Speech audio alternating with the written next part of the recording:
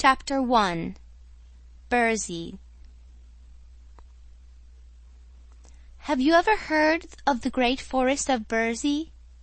Nurse used to sing of it when I was a child. She sang of the big tree trunks standing close together, with their roots intertwining below the earth and their branches intertwining above it, of their rough coating of bark and queer gnarled limbs, of the bushy foliage that roofed the entire forest, save where the sunbeams found a path through which to touch the ground in little spots, and to cast weird and curious shadows over the mosses, the lichens, and the drifts of dried leaves. The forest of Burzee is mighty and grand and awesome to those who steal beneath its shade.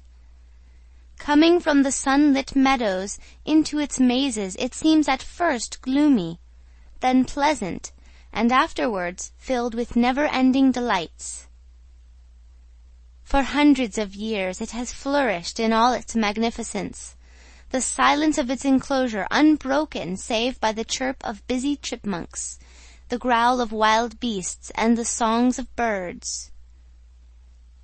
Yet Burzee has its inhabitants for all this. Nature peopled it in the beginning with fairies, knooks, rills, and nymphs.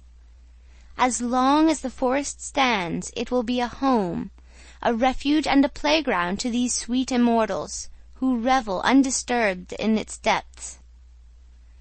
Civilization has never yet reached Burzee.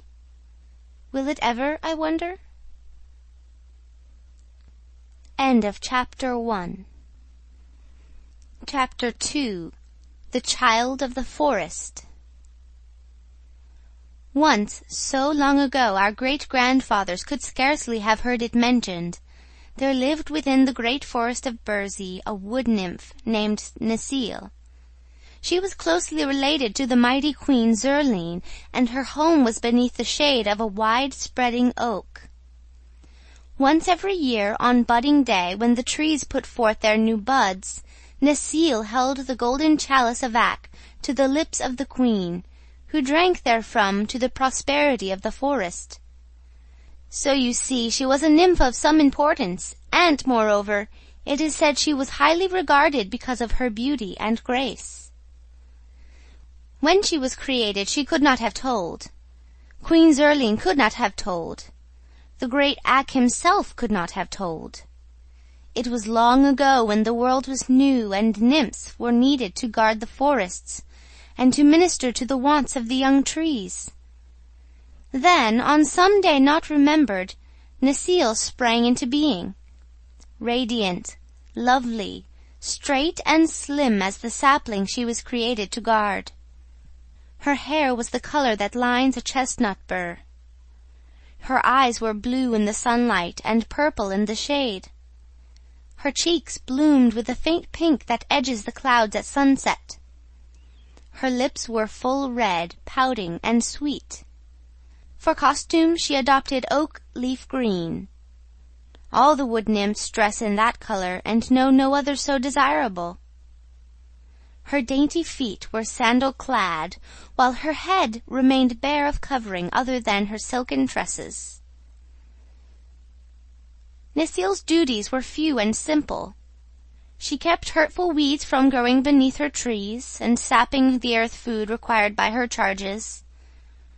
She frightened away the gadgels, who took evil delight in flying against the tree trunks, and wounding them so that they dropped and died from the poisonous contact. In dry seasons she carried water from the brooks and pools, and moistened the roots of her thirsty dependents. That was in the beginning. The weeds had now learned to avoid the forests where the wood nymphs dwelt.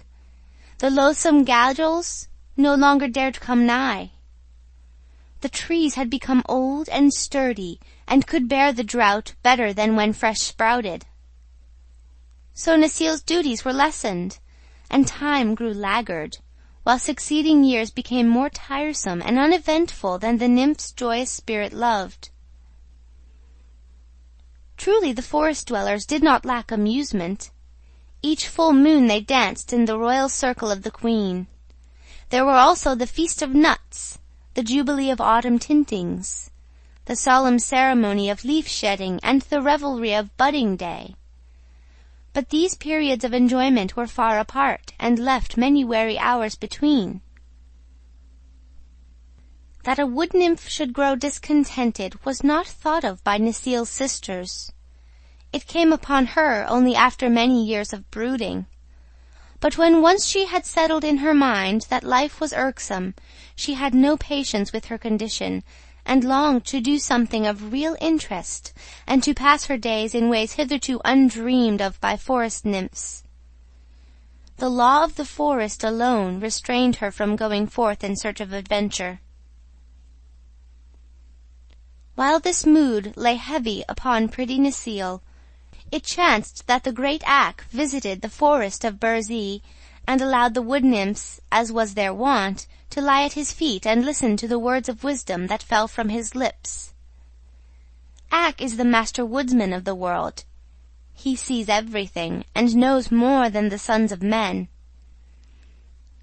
That night he held the queen's hand, for he loved the nymphs as a father loves his children, and Necile lay at his feet with many of her sisters, and earnestly hearkened as he spoke.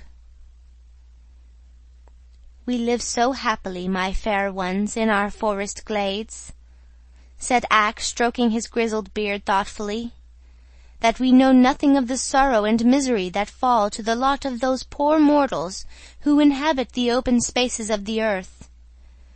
They are not of our race, it is true, yet compassion well befits being so fairly favoured as ourselves. Often as I pass by the dwelling of some suffering mortal, I am tempted to stop and banish the poor thing's misery. Yet suffering, in moderation, is the natural lot of mortals, and it is not our place to interfere with the laws of nature."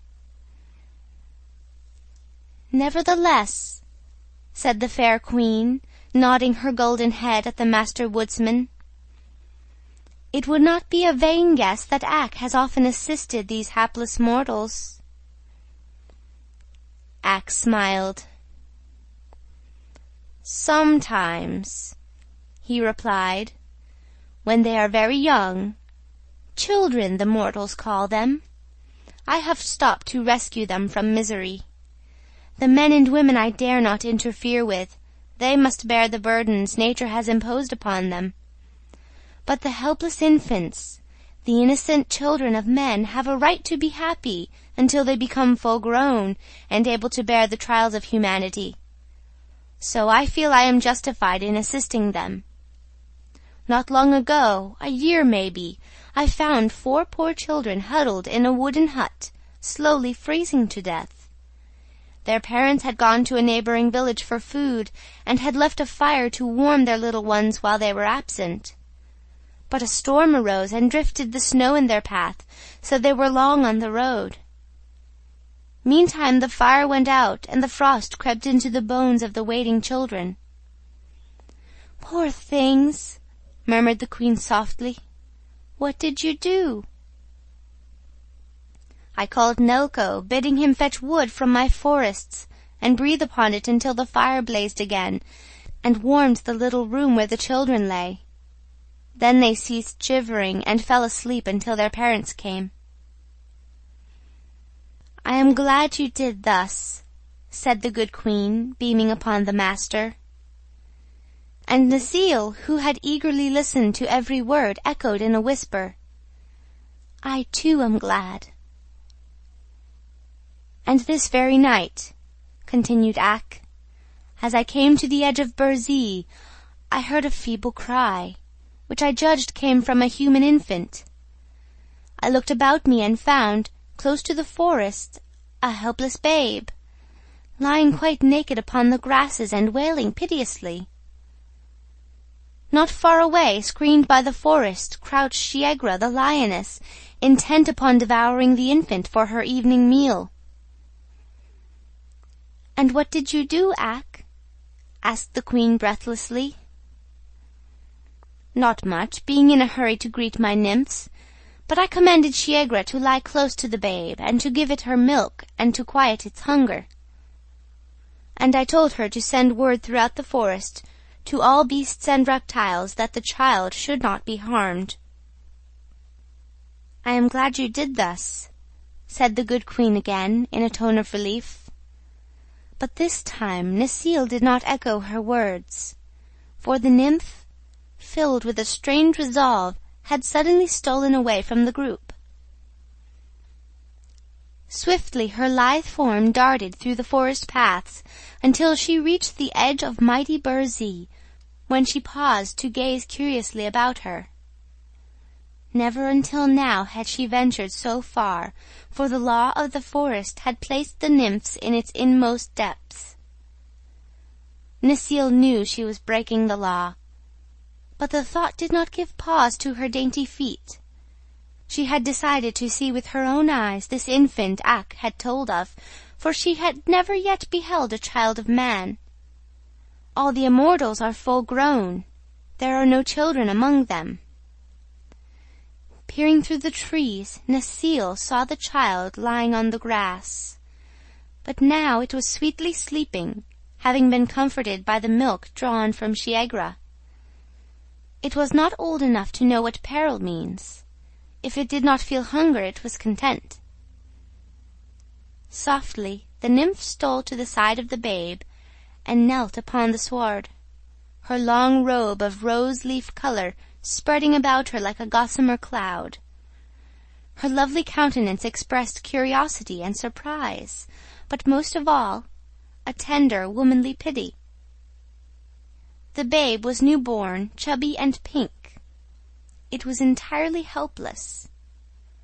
While the nymph gazed, the infant opened its eyes, smiled upon her, and stretched out 2 dimpled arms. In another instant, Necile had caught it to her breast and was hurrying with it through the forest paths. End of Chapter 2.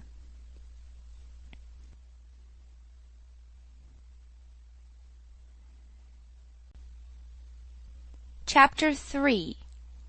The Adoption. The Master Woodsman suddenly rose with knitted brows. "There is a strange presence in the forest," he declared. Then the queen and her nymphs turned and saw standing before them Necile, with the sleeping infant clasped tightly in her arms, and a defiant look in her deep blue eyes. And thus for a moment they remained, the nymphs filled with surprise and consternation, but the brow of the Master Woodsman gradually clearing as he gazed intently upon the beautiful immortal who had wilfully broken the law. Then the great Ak, to the wonder of all, laid his hand softly on Necile's flowing locks and kissed her on her fair forehead. "For the first time within my knowledge," said he gently, "a nymph has defied me and my laws, yet in my heart I can find no word of chiding. What is your desire, Necile?" "Let me keep the child," she answered, beginning to tremble and falling on her knees in supplication. "Here in the forest of Burzee, where the human race has never yet penetrated?" questioned Ak. "Here in the forest of Burzee," replied the nymph boldly. "It is my home, and I am weary for lack of occupation. Let me care for the babe. See how weak and helpless it is. Surely it cannot harm Burzee nor the Master Woodsman of the world." "But the law, child, the law," cried Ak sternly. "The law is made by the Master Woodsman," returned Necile. "If he bids me care for the babe he himself has saved from death, who in all the world dare oppose me?" Queen Zurline, who had listened intently to this conversation, clapped her pretty hands gleefully at the nymph's answer. "You are fairly trapped, O Ak!" she exclaimed, laughing. "Now, I pray you, give heed to Necile's petition." The woodsman, as was his habit when in thought, stroked his grizzled beard slowly. Then he said, "She shall keep the babe, and I will give it my protection. But I warn you all that as this is the first time I have relaxed the law, so shall it be the last time. Nevermore to the end of the world shall a mortal be adopted by an immortal. Otherwise would we abandon our happy existence for one of trouble and anxiety. Good night, my nymphs."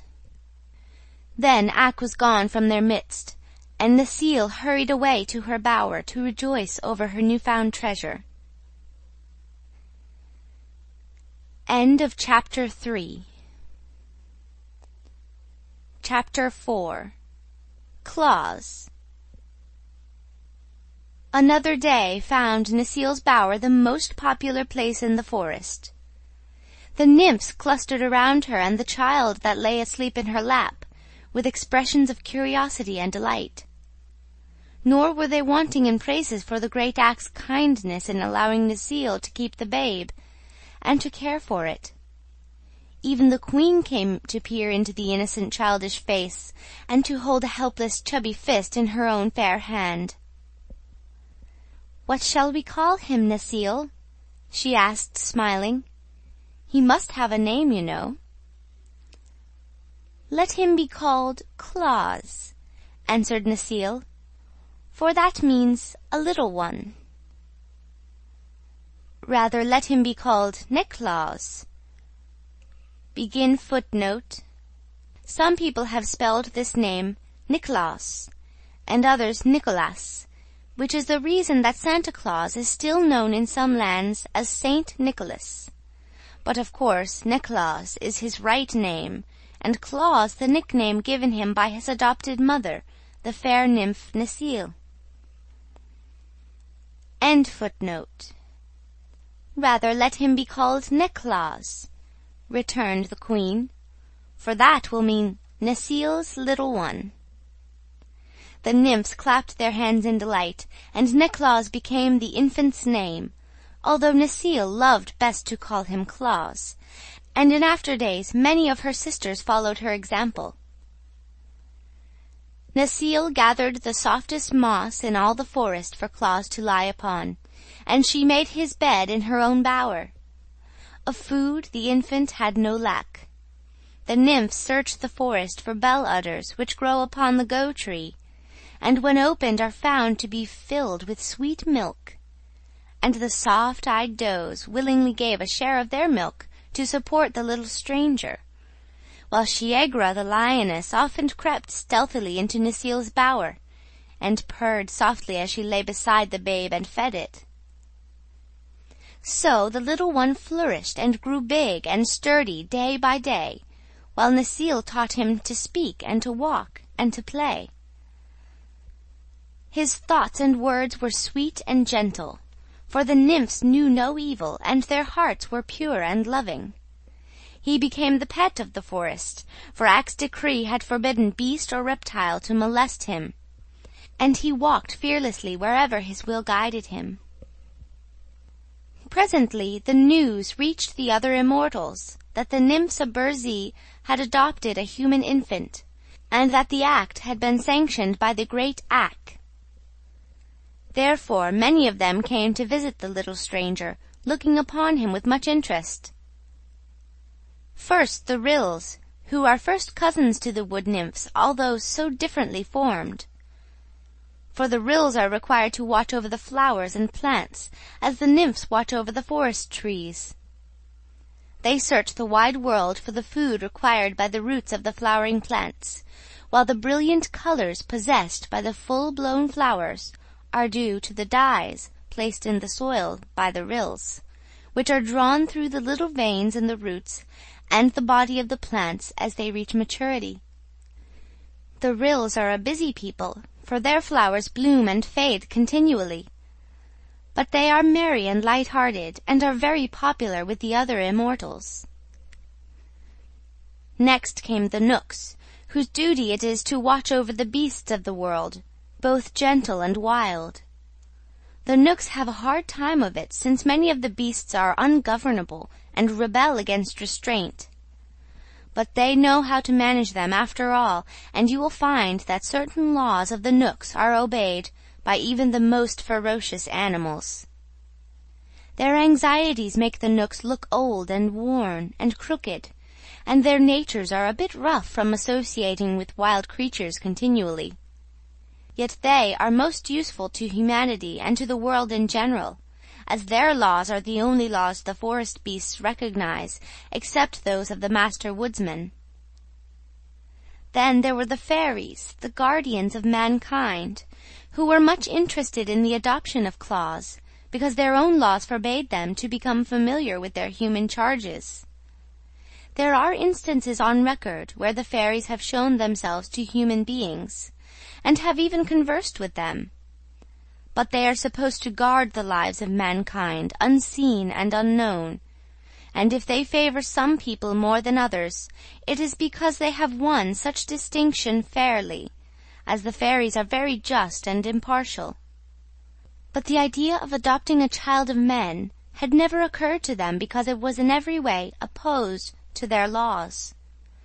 So their curiosity was intense to behold the little stranger adopted by Necile and her sister nymphs.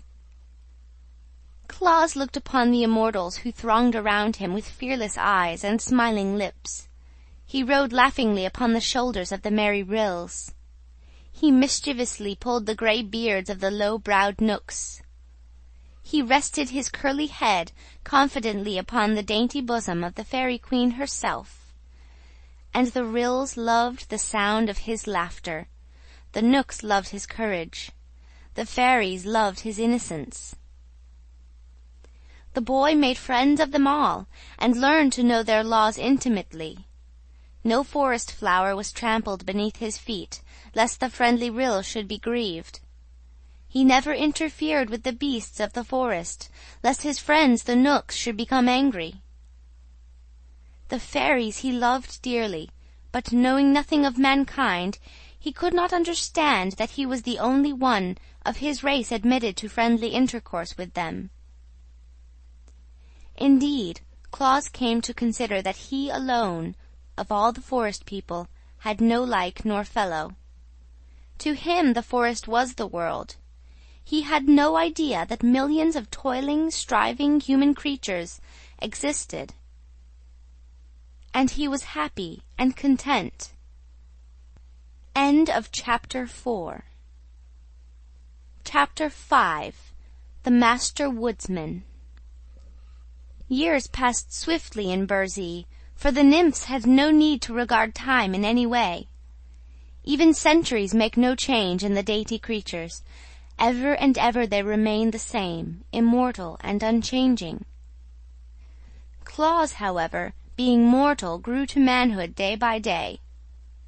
Necile was disturbed presently to find him too big to lie in her lap, and he had a desire for other food than milk. His stout legs carried him far into Burzee's heart, where he gathered supplies of nuts and berries, as well as several sweet and wholesome roots, which suited his stomach better than the bell udders. He sought Necile's bower less frequently, till finally it became his custom to return thither only to sleep. The nymph who had come to love him dearly was puzzled to comprehend the changed nature of her charge, and unconsciously altered her own mode of life to conform to his whims.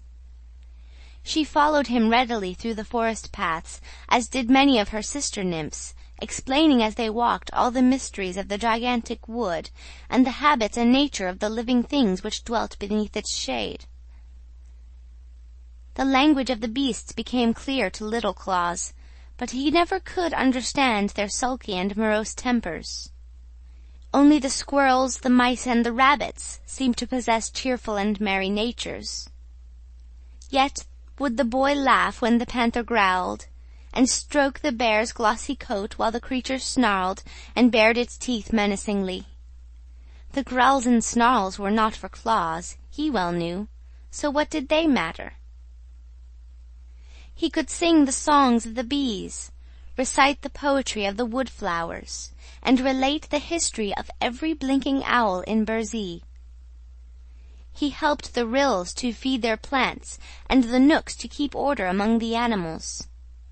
The little immortals regarded him as a privileged person, being especially protected by Queen Zurline and her nymphs, and favoured by the great Ak himself.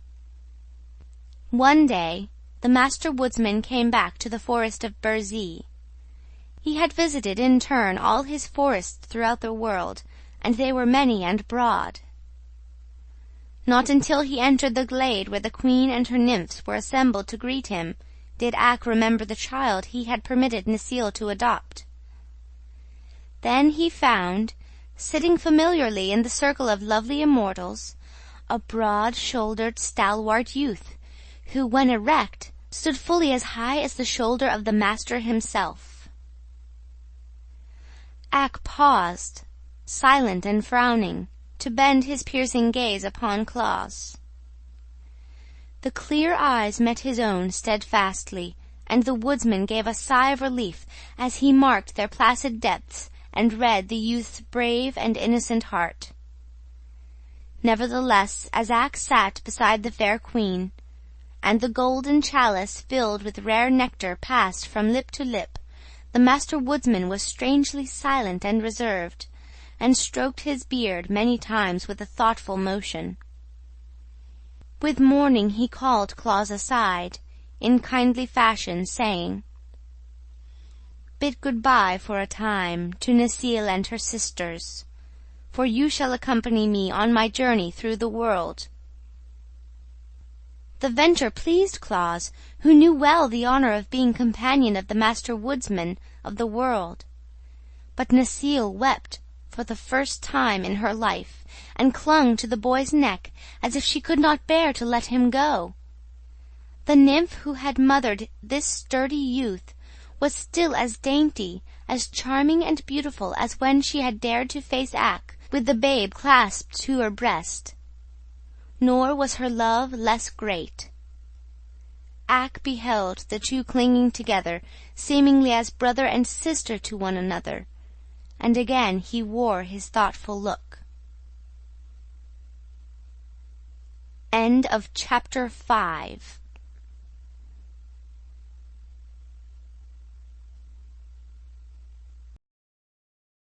Chapter 6. Claus Discovers Humanity, by L. Frank Baum. Taking Claus to a small clearing in the forest, the master said, "Place your hand upon my girdle, and hold fast while we journey through the air, for now we shall encircle the world and look upon many of the haunts of those men from whom you are descended." These words caused Claus to marvel, for until now he had thought himself the only one of his kind upon the earth. Yet in his silence he grasped firmly the girdle of the great Ak, his astonishment forbidding speech.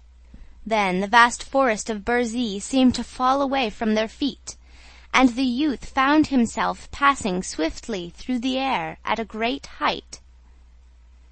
Ere long there were spires beneath them, while buildings of many shapes and colours met their downward view.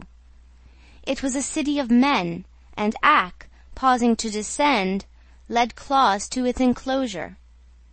Said the master, "So long as you hold fast to my girdle you will remain unseen by all mankind, though seeing clearly yourself. To release your grasp will be to separate yourself forever from me and your home in Burzee. One of the first laws of the forest is obedience, and Claus had no thought of disobeying the master's wish. He clung fast to the girdle and remained invisible. Thereafter, with each moment passed in the city, the youth's wonder grew. He, who had supposed himself created differently from all others, now found the earth swarming with creatures of his own kind. "Indeed," said Ak, "the immortals are few, but the mortals are many." Claus looked earnestly upon his fellows. There were sad faces, gay and reckless faces, pleasant faces, anxious faces and kindly faces, all mingled in puzzling disorder. Some worked at tedious tasks, some strutted in impudent conceit. Some were thoughtful and grave, while others seemed happy and content. Men of many natures there were, as everywhere, and Claus found much to please him and much to make him sad. But especially he noted the children, first curiously, then eagerly, then lovingly. Ragged little ones rolled in the dust of the streets, playing with scraps and pebbles. Other children, gaily dressed, were propped upon cushions and fed with sugar plums. Yet the children of the rich were not happier than those playing with the dust and pebbles, it seemed to Claus. "Childhood is the time of man's greatest content," said Ak, following the youth's thoughts. "'Tis during these years of innocent pleasure that the little ones are most free from care." "Tell me," said Claus, "why do not all these babies fare alike?" "Because they are born in both cottage and palace," returned the master. "The difference in the wealth of the parents determines the lot of the child. Some are carefully tended and clothed in silks and dainty linen. Others are neglected and covered with rags. Yet all seem equally fair and sweet," said Claus thoughtfully. "While they are babes, yes," agreed Ak. "Their joy is in being alive, and they do not stop to think. In after years the doom of mankind overtakes them, and they find they must struggle and worry, work and fret, to gain the wealth that is so dear to the hearts of men. Such things are unknown in the forest where you were reared." Claus was silent a moment. Then he asked, "Why was I reared in the forest among those who are not of my race?" Then Ak, in gentle voice, told him the story of his babyhood, how he had been abandoned at the forest's edge and left prey to wild beasts, and how the loving nymph Necile had rescued him and brought him to manhood under the protection of the immortals. "Yet I am not of them," said Claus musingly. "You are not of them," returned the woodsman. "The nymph who cared for you as a mother seems now like a sister to you. By and by, when you grow old and gray, she will seem like a daughter. Yet another brief span and you will be but a memory, while she remains Necile." "Then why, if man must perish, is he born?" demanded the boy. "Everything perishes except the world itself and its keepers," answered Ak. "But while life lasts, everything on earth has its use. The wise seek ways to be helpful to the world, for the helpful ones are sure to live again." Much of this Claus failed to understand fully, but a longing seized him to become helpful to his fellows, and he remained grave and thoughtful while they resumed their journey. They visited many dwellings of men in many parts of the world, watching farmers toil in the fields, warriors dash into cruel fray, and merchants exchange their goods for bits of white and yellow metal. And everywhere the eyes of Claus sought out the children in love and pity, for the thought of his own helpless babyhood was strong within him, and he yearned to give help to the innocent little ones of his race, even as he had been succored by the kindly nymph. Day by day the master woodsman and his pupil traversed the earth, Ak speaking but seldom to the youth, who clung steadfastly to his girdle, but guiding him into all places where he might become familiar with the lives of human beings. And at last they returned to the grand old forest of Burzee, where the master set Claus down within the circle of nymphs, among whom the pretty Necile anxiously awaited him. The brow of great Ak was now calm and peaceful, but the brow of Claus had become lined with deep thought. Necile sighed at the change in her foster son, who until now had been ever joyous and smiling, and the thought came to her that never again would the life of the boy be the same as before this eventful journey with the master. End of chapter 6.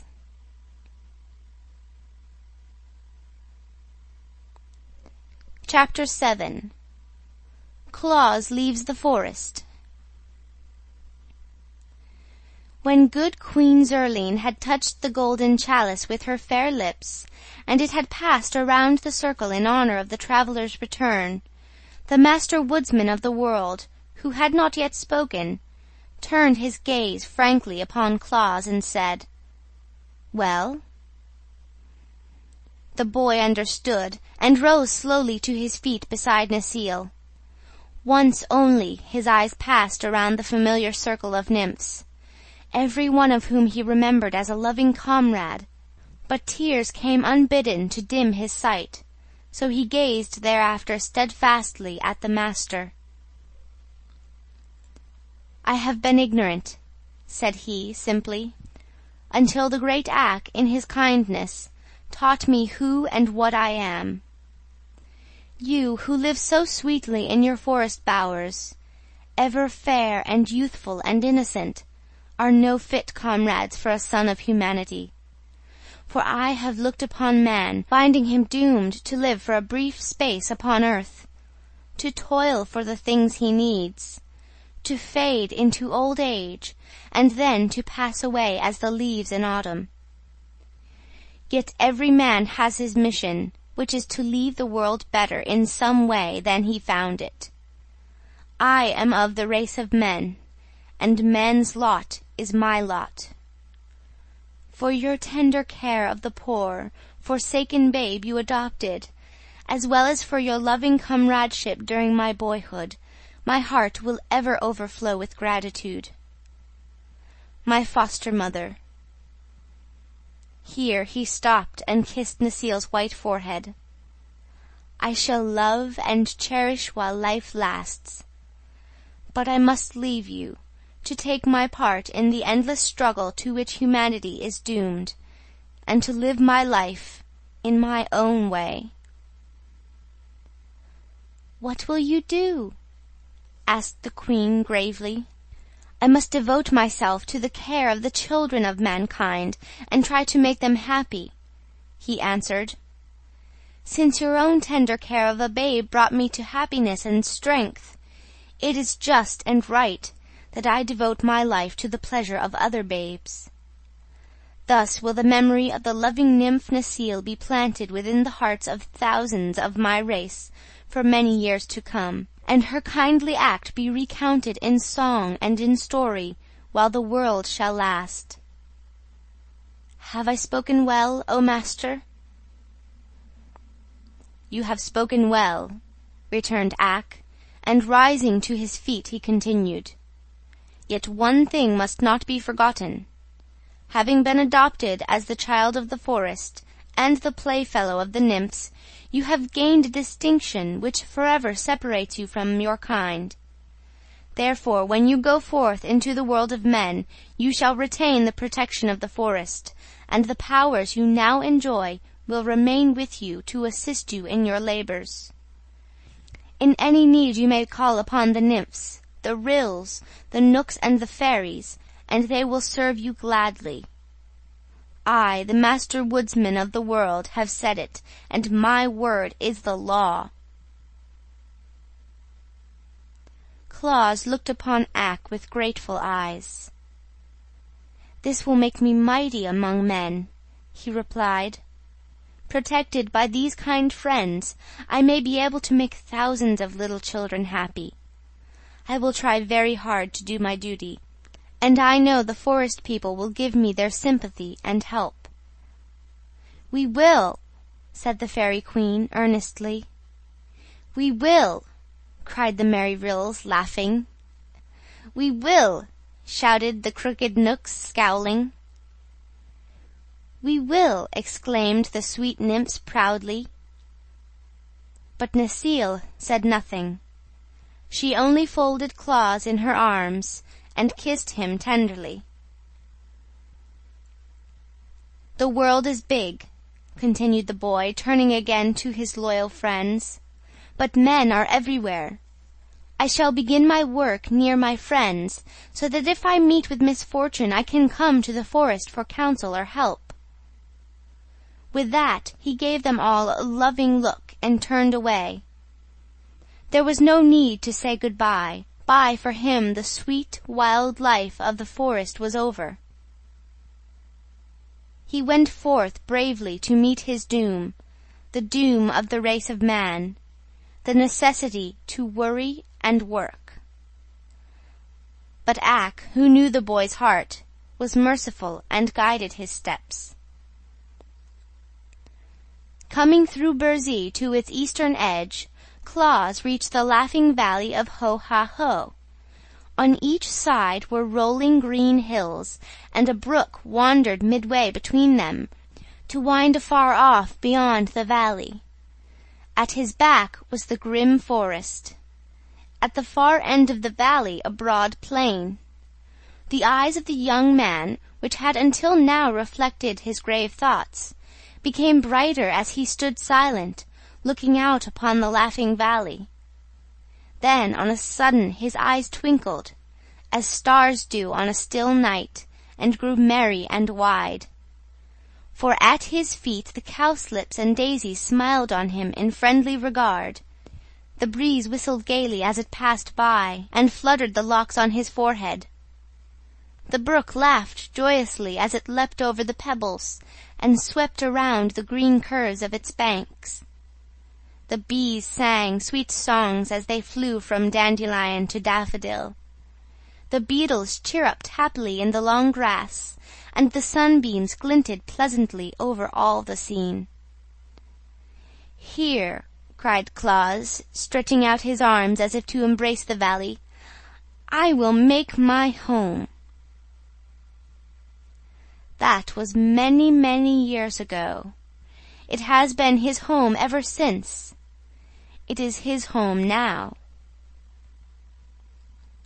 End of Chapter 7. End of Claus's Childhood. By L. Frank Baum. Section 2. Manhood. Chapter 1. The Laughing Valley. When Claus came, the valley was empty save for the grass, the brook, the wild flowers, the bees, and the butterflies. If he would make his home here and live after the fashion of men, he must have a house. This puzzled him at first, but while he stood smiling in the sunshine, he suddenly found beside him old Nelko, the servant of the master woodsman. Nelko bore an axe, strong and broad, with a blade that gleamed like burnished silver. This he placed in the young man's hand, then disappeared without a word. Claus understood, and turning to the forest's edge, he selected a number of fallen tree trunks, which he began to clear of their dead branches. He would not cut into a living tree. His life among the nymphs who guarded the forest had taught him that a live tree is sacred, being a created thing endowed with feeling. But with the dead and fallen trees it was different. They had fulfilled their destiny as active members of the forest community, and now it was fitting that their remains should minister to the needs of man. The axe bit deep into the logs at every stroke. It seemed to have a force of its own, and Claus had but to swing and guide it.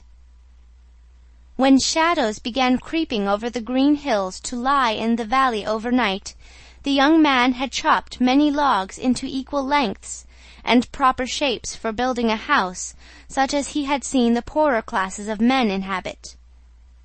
Then, resolving to await another day before he tried to fit the logs together, Claus ate some of the sweet roots he well knew how to find, drank deeply from the laughing brook, and lay down to sleep on the grass, first seeking a spot where no flowers grew, lest the weight of his body should crush them. And while he slumbered and breathed in the perfume of the wondrous valley, the spirit of happiness crept into his heart and drove out all terror and care and misgivings. Never more would the face of Claus be clouded with anxieties. Never more would the trials of life weigh him down as with a burden. The Laughing Valley had claimed him for its own. Would that we all might live in that delightful place! But then, maybe it would become overcrowded. For ages it had awaited a tenant. Was it chance that led young Claus to make his home in this happy vale? Or may we guess that his thoughtful friends, the immortals, had directed his steps when he wandered away from Burzee to seek a home in the great world? Certain it is that while the moon peered over the hilltop and flooded with its soft beams the body of the sleeping stranger, the Laughing Valley was filled with the queer, crooked shapes of the friendly Knooks. These people spoke no words, but worked with skill and swiftness. The logs Claus had trimmed with his bright axe were carried to a spot beside the brook and fitted one upon another, and during the night a strong and roomy dwelling was built. The birds came sweeping into the valley at daybreak, and their songs, so seldom heard in the deep wood, aroused the stranger. He rubbed the web of sleep from his eyelids and looked around. The house met his gaze. "I must thank the Knooks for this," said he gratefully. Then he walked to his dwelling and entered at the doorway. A large room faced him, having a fireplace at the end and a table and bench in the middle. Beside the fireplace was a cupboard. Another doorway was beyond. Claus entered here also, and saw a smaller room with a bed against the wall and a stool set near a small stand. On the bed were many layers of dried moss brought from the forest. "Indeed, it is a palace!" exclaimed the smiling Claus. "I must thank the good Knooks again for their knowledge of man's needs, as well as for their labors in my behalf." He left his new home with a glad feeling that he was not quite alone in the world, although he had chosen to abandon his forest life. Friendships are not easily broken, and the immortals are everywhere. Upon reaching the brook, he drank of the pure water, and then sat down on the bank to laugh at the mischievous gambols of the ripples as they pushed one another against rocks, or crowded desperately to see which should first reach the turn beyond. And as they raced away, he listened to the song they sang. "Rushing, pushing, on we go, not a wave may gently flow. All are too excited, every drop delighted, turns to spray in merry play as we tumble on our way." Next, Claus searched for roots to eat, while the daffodils turned their little eyes up to him laughingly and lisped their dainty song. "Blooming fairly, growing rarely, never flowerets were so gay, perfume breathing, joy bequeathing, as our colors we display." It made Claus laugh to hear the little things voice their happiness as they nodded gracefully on their stems. But another strain caught his ear as the sunbeams fell gently across his face and whispered, "Here is gladness that our rays warm the valley through the days. Here is happiness to give, comfort unto all who live." "Yes," cried Claus in answer, "there is happiness and joy in all things here. The Laughing Valley is a valley of peace and goodwill." He passed the day talking with the ants and beetles and exchanging jokes with the light-hearted butterflies, and at night he lay on his bed of soft moss and slept soundly.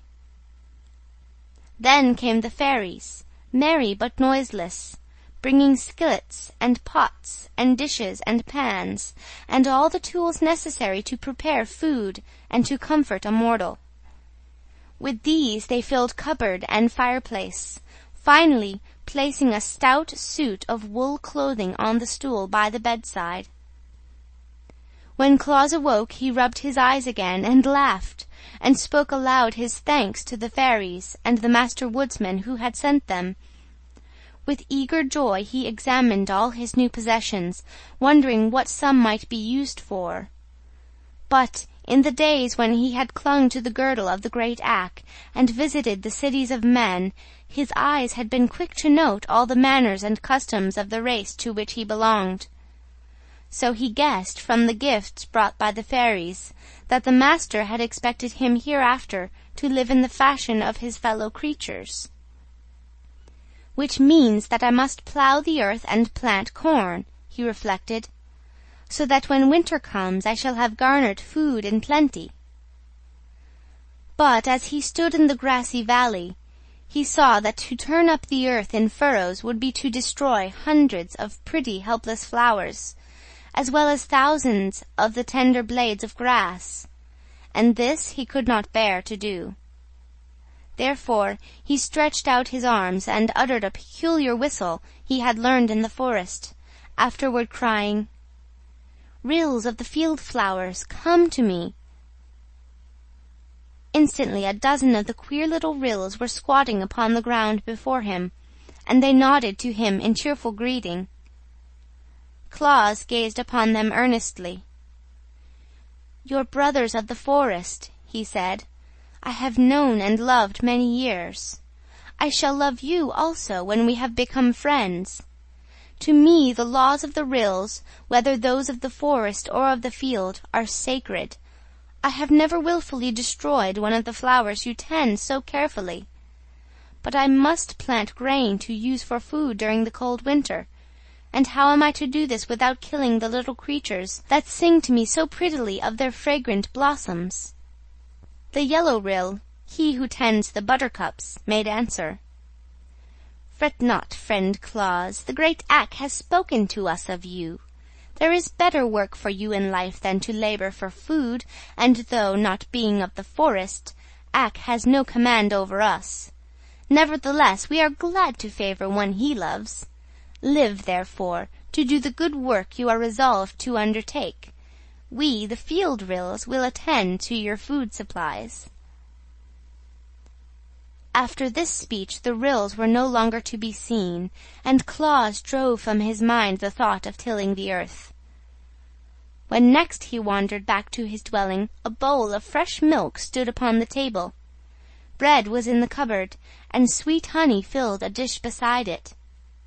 A pretty basket of rosy apples and new-plucked grapes were also awaiting him.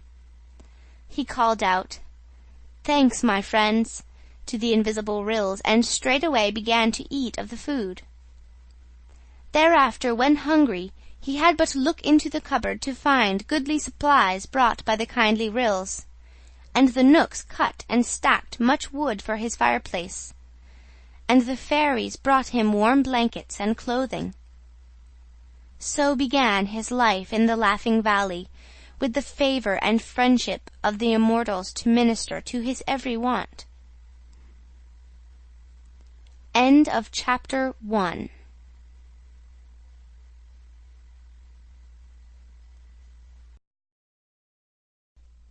Chapter 2. How Claus Made the First Toy.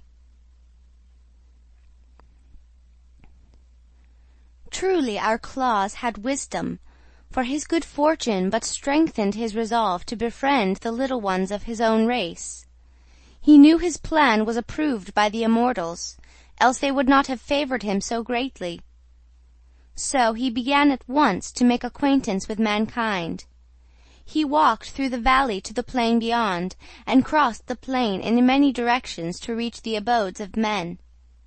These stood singly or in groups of dwellings called villages, and in nearly all the houses, whether big or little, Claus found children. The youngsters soon came to know his merry laughing face, and the kind glance of his bright eyes, and the parents, while they regarded the young man with some scorn for loving children more than their elders, were content that the girls and boys had found a playfellow who seemed willing to amuse them. So the children romped and played games with Claus, and the boys rode upon his shoulders, and the girls nestled in his strong arms, and the babies clung fondly to his knees. Wherever the young man chanced to be, the sound of childish laughter followed him. And to understand this better, you must know that children were much neglected in those days, and received little attention from their parents, so that it became to them a marvel that so goodly a man as Claus devoted his time to making them happy. And those who knew him were, you may be sure, very happy indeed. The sad faces of the poor and abused grew bright for once. The cripple smiled despite his misfortune. The ailing ones hushed their moans, and the grieved ones their cries when their merry friend came nigh to comfort them. Only at the beautiful palace of the Lord of Lurd, and at the frowning castle of the Baron Brown, was Claus refused admittance. There were children at both places, but the servants at the palace shut the door in the young stranger's face, and the fierce Baron threatened to hang him from an iron hook on the castle walls. Whereupon Claus sighed and went back to the poorer dwellings, where he was welcome. After a time the winter drew near. The flowers lived out their lives and faded and disappeared. The beetles burrowed far into the warm earth, and the butterflies deserted the meadows, and the voice of the brook grew hoarse, as if it had taken cold. One day snowflakes filled all the air in the Laughing Valley, dancing boisterously toward the earth, and clothing in pure white raiment the roof of Claus's dwelling. At night Jack Frost rapped at the door. "Come in!" cried Claus. "Come out," answered Jack, "for you have fire inside." So Claus came out. He had known Jack Frost in the forest, and liked the jolly rogue, even while he mistrusted him. "There will be rare sport for me tonight, Claus," shouted the sprite. "Isn't this glorious weather? I shall nip scores of noses and ears and toes before daybreak." "If you love me, Jack, spare the children," begged Claus. "And why?" asked the other in surprise. "They are tender and helpless," answered Claus. "But I love to nip the tender ones," declared Jack. "The older ones are tough and tire my fingers." "The young ones are weak and cannot fight you," said Claus. "True," agreed Jack thoughtfully. "Well, I will not pinch a child this night if I can resist the temptation," he promised. "Good night, Claus." "Good night." The young man went in and closed the door, and Jack Frost ran on to the nearest village. Claus threw a log on the fire, which burned up brightly. Beside the hearth sat Blinky, a big cat given him by Peter the Knook. Her fur was soft and glossy, and she purred never-ending songs of contentment. "I shall not see the children again soon," said Claus to the cat, who kindly paused in her song to listen. "The winter is upon us. The snow will be deep for many days, and I shall be unable to play with my little friends." The cat raised a paw and stroked her nose thoughtfully, but made no reply. So long as the fire burned and Claus sat in his easy chair by the hearth, she did not mind the weather. So passed many days and many long evenings.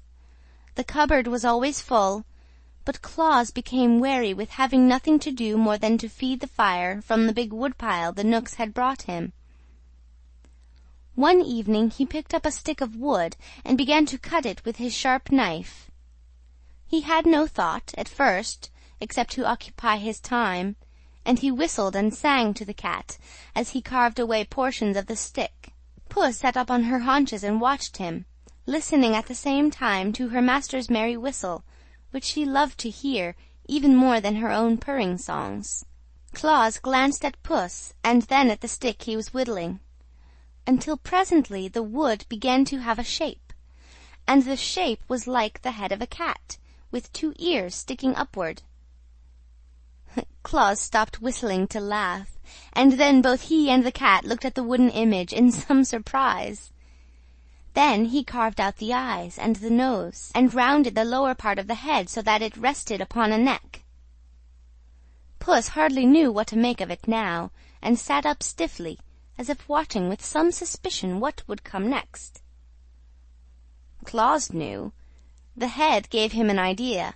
He plied his knife carefully and with skill, forming slowly the body of the cat, which he made to sit upon its haunches as the real cat did, with her tail wound around her 2 front legs.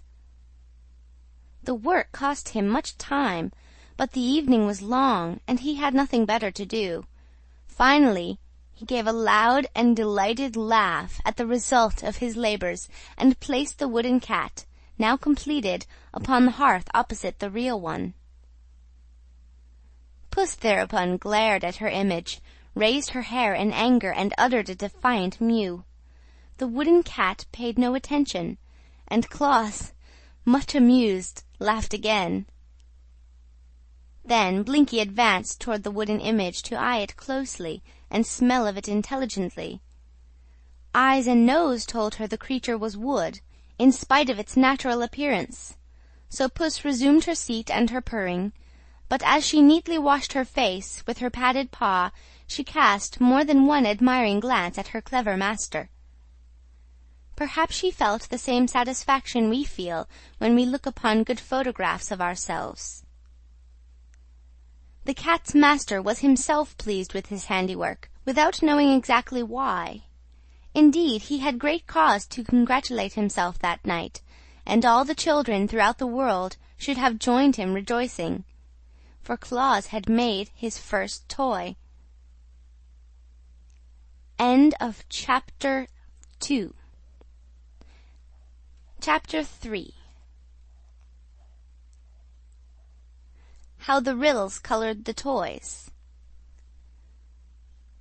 A hush lay on the Laughing Valley now. Snow covered it like a white spread, and pillows of downy flakes drifted before the dwelling where Claus sat feeding the blaze of the fire. The brook gurgled on beneath a heavy sheet of ice, and all living plants and insects nestled close to Mother Earth to keep warm. The face of the moon was hid by dark clouds, and the wind, delighting in the wintry sport, pushed and whirled the snowflakes in so many directions that they could get no chance to fall to the ground. Claus heard the wind whistling and shrieking in its play, and thanked the good Knooks again for his comfortable shelter. Blinky washed her face lazily, and stared at the coals with a look of perfect content. The toy cat sat opposite the real one, and gazed straight ahead as toy cats should. Suddenly Claus heard a noise that sounded different from the voice of the wind. It was more like a wail of suffering and despair. He stood up and listened, but the wind, growing boisterous, shook the door and rattled the windows to distract his attention. He waited until the wind was tired, and then, still listening, he heard once more the shrill cry of distress. Quickly he drew on his coat, pulled his cap over his eyes, and opened the door. The wind dashed in and scattered the embers over the hearth, at the same time blowing Blinky's fur so furiously that she crept under the table to escape. Then the door was closed, and Claus was outside, peering anxiously into the darkness. The wind laughed and scolded and tried to push him over, but he stood firm. The helpless flakes stumbled against his eyes and dimmed his sight, but he rubbed them away and looked again. Snow was everywhere, white and glittering. It covered the earth and filled the air. The cry was not repeated. Claus turned to go back into the house, but the long wind caught him unawares, and he stumbled and fell across a snowdrift. His hand, plunged into the snowdrift and touched something that was not snow. This he seized, and, pulling it gently toward him, found it to be a child. The next moment he had lifted it in his arms and carried it into the house. The wind followed him through the door, but Claus shut it out quickly. He laid the rescued child on the hearth, and, brushing away the snow, he discovered it to be Weekum, the little boy who lived in a house beyond the valley. Claus wrapped a warm blanket around the little one, and rubbed the frost from its limbs.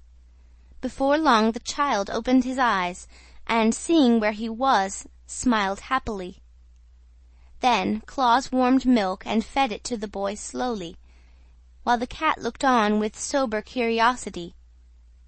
Finally, the little one curled up in his friend's arms, and sighed and fell asleep, and Claus, filled with gladness that he had found the wanderer, held him closely while he slumbered. The wind, finding no more mischief to do, climbed the hill and swept on toward the north. This gave the weary snowflakes time to settle down to earth, and the valley became still again. The boy, having slept well in the arms of his friend, opened his eyes and sat up. Then, as a child will, he looked around the room and saw all that it contained. "Your cat is a nice cat, Claus," he said at last. "Let me hold it." But Puss objected and ran away. "The other cat won't run, Claus," continued the boy. "Let me hold that one." Claus placed the toy in his arms, and the boy held it lovingly and kissed the tip of its wooden ear. "How did you get lost in the storm, Weekum?" asked Claus.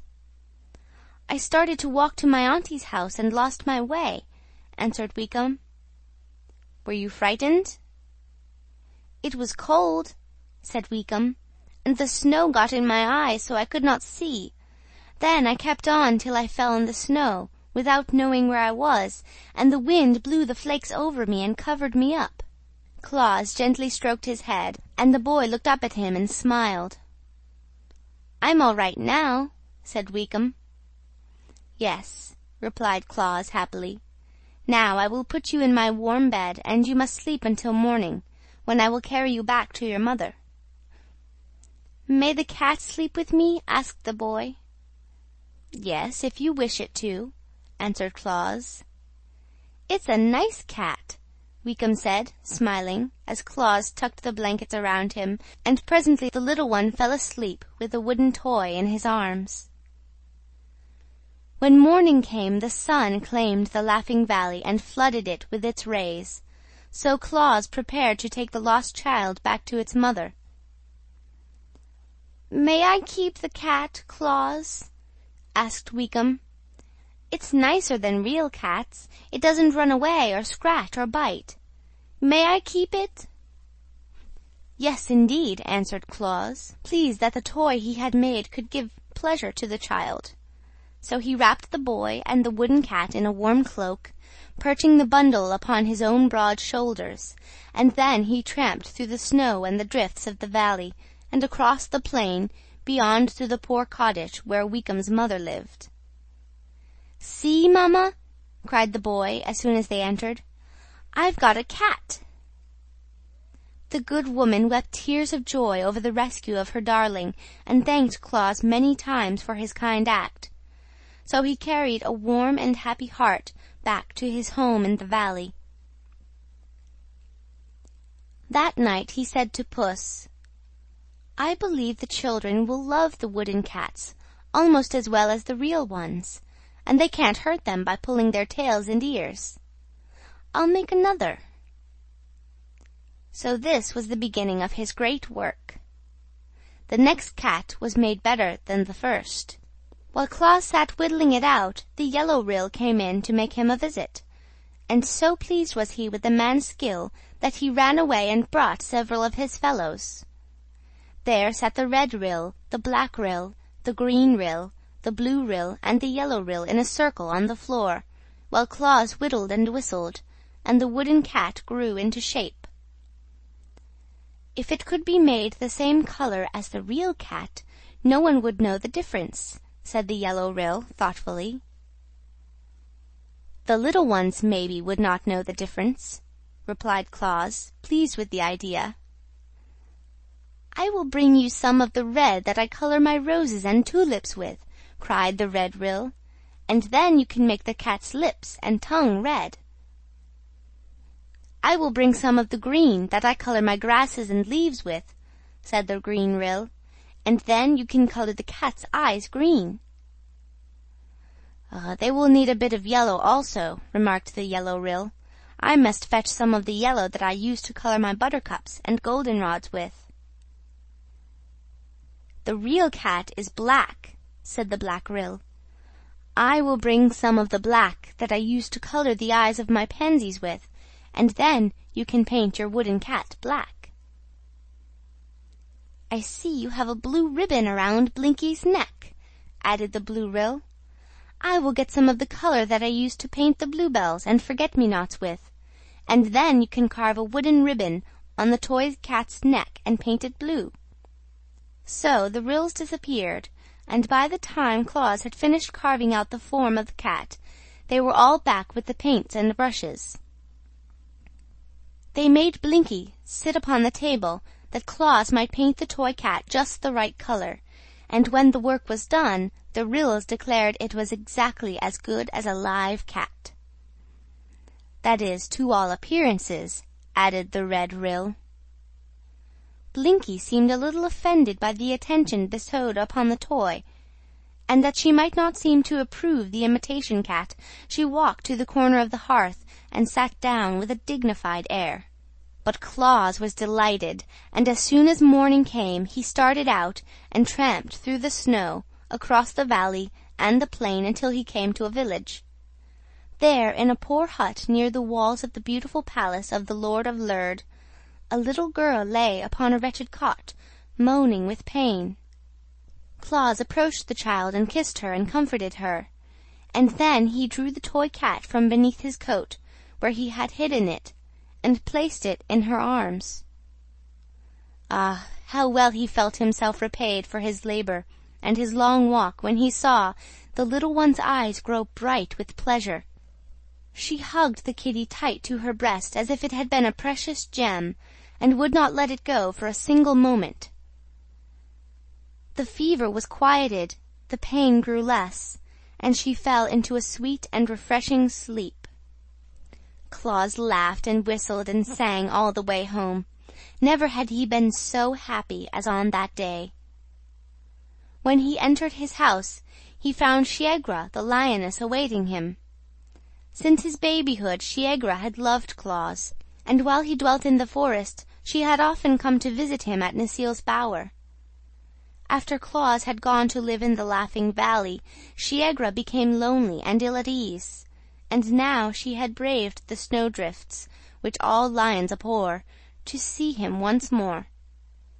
Shiegra was getting old, and her teeth were beginning to fall out, while the hairs that tipped her ears and tail had changed from tawny yellow to white.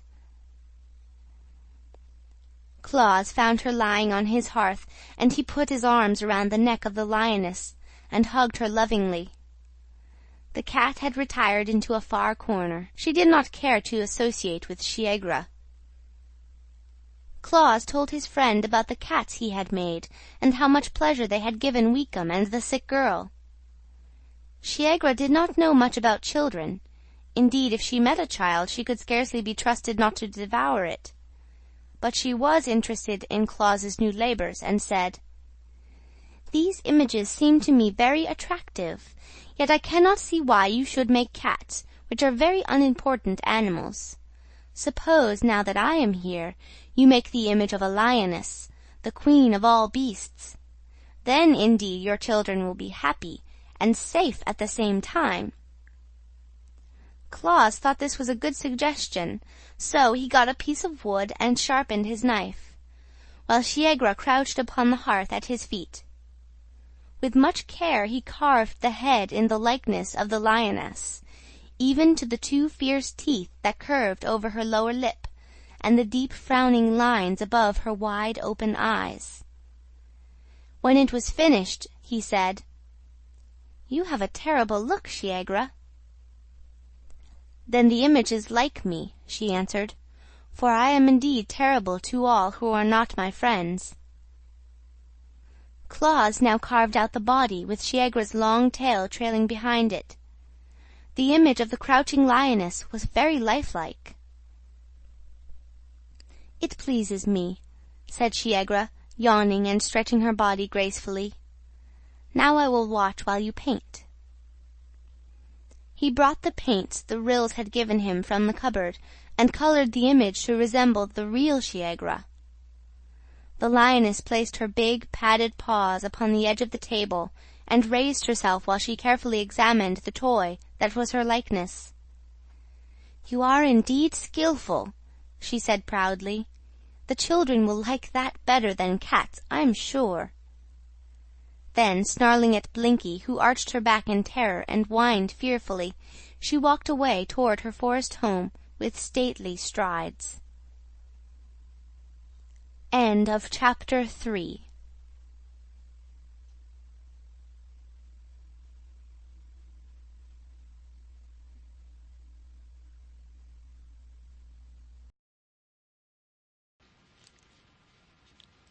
Chapter 4 of Santa Claus's Adulthood.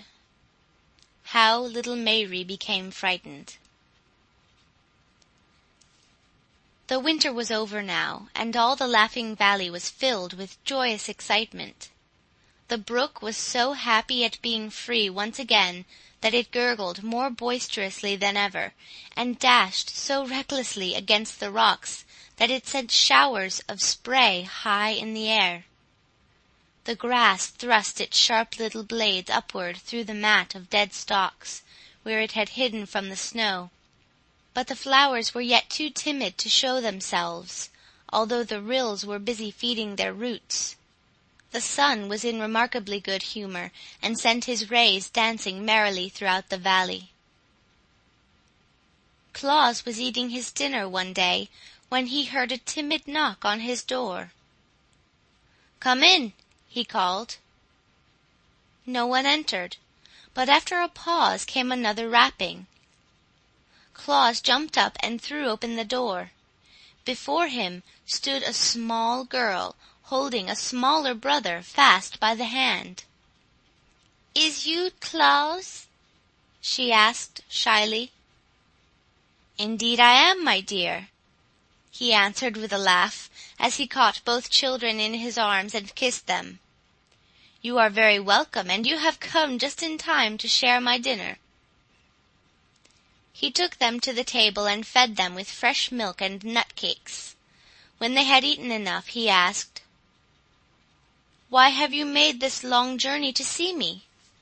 "I want a tat," replied little Mary, and her brother, who had not yet learned to speak many words, nodded his head and exclaimed like an echo, "Tat." "Oh, you want my toy cats, do you?" returned Claus, greatly pleased to discover that his creations were so popular with children. The little visitors nodded eagerly. "Unfortunately," he continued, "I have but one cat now ready, for I carried two to children in town yesterday, and the one I have shall be given to your brother, Mary, because he is the smaller, and the next one I make shall be for you." The boy's face was bright with smiles as he took the precious toy Claus held out to him. But little Mary covered her face with her arm and began to sob grievously. I want a tat now," she wailed. Her disappointment made Claus feel miserable for a moment. Then he suddenly remembered Shiegra. "Don't cry, darling," he said soothingly. "I have a toy much nicer than a cat, and you shall have that." He went to the cupboard and drew out the image of the lioness, which he placed on the table before Mary. The girl raised her arm and gave one glance at the fierce teeth and glaring eyes of the beast, and then, uttering a terrified scream, she rushed from the house. The boy followed her, also screaming lustily, and even dropping his precious cat in his fear. For a moment Claus stood motionless, being puzzled and astonished. Then he threw Shiegra's image into the cupboard and ran after the children, calling to them not to be frightened. Little Mary stopped in her flight, and her brother clung to her skirt, but they both cast fearful glances at the house, until Claus had assured them many times that the beast had been locked in the cupboard. "Yet why were you frightened at seeing it?" he asked. "It is only a toy to play with." "It's bad," said Mary decidedly, and just horrid, and not a bit nice like tats." "Perhaps you are right," returned Claus thoughtfully. "But if you will return with me to the house, I will soon make you a pretty cat." So they timidly entered the house again, having faith in their friend's words, and afterward they had the joy of watching Claus carve out a cat from a bit of wood and paint it in natural colors. It did not take him long to do this, for he had become skillful with his knife by this time, and Mary loved her toy the more dearly because she had seen it made. After his little visitors had trotted away on their journey homeward, Claus sat long in deep thought, and he then decided that such fierce creatures as his friend the lioness would never do as models from which to fashion his toys. There must be nothing to frighten the dear babes, he reflected, and while I know Shiegra well, and am not afraid of her, it is but natural that children should look upon her image with terror. Hereafter I will choose such mild-mannered animals as squirrels, and rabbits, and deer, and lambkins from which to carve my toys, for then the little ones will love rather than fear them.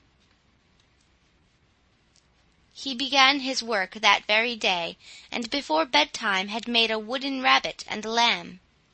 They were not quite so lifelike as the cats had been, because they were formed from memory, while Blinky had sat very still for Claus to look at while he worked. But the new toys pleased the children nevertheless, and the fame of Claus's playthings quickly spread to every cottage on plain and in village. He always carried his gifts to the sick or crippled children, but those who were strong enough walked to the house in the valley to ask for them. So a little path was soon worn from the plain to the door of the toy-maker's cottage. First came the children who had been playmates of Claus, before he began to make toys. These, you may be sure, were well supplied. Then children who lived farther away heard of the wonderful images, and made journeys to the valley to secure them. All the little ones were welcome, and never a one went away empty-handed.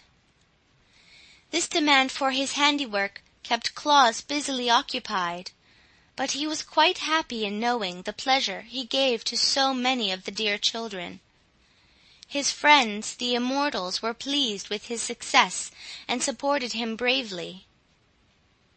The Knooks selected for him clear pieces of soft wood, that his knife might not be blunted in cutting them.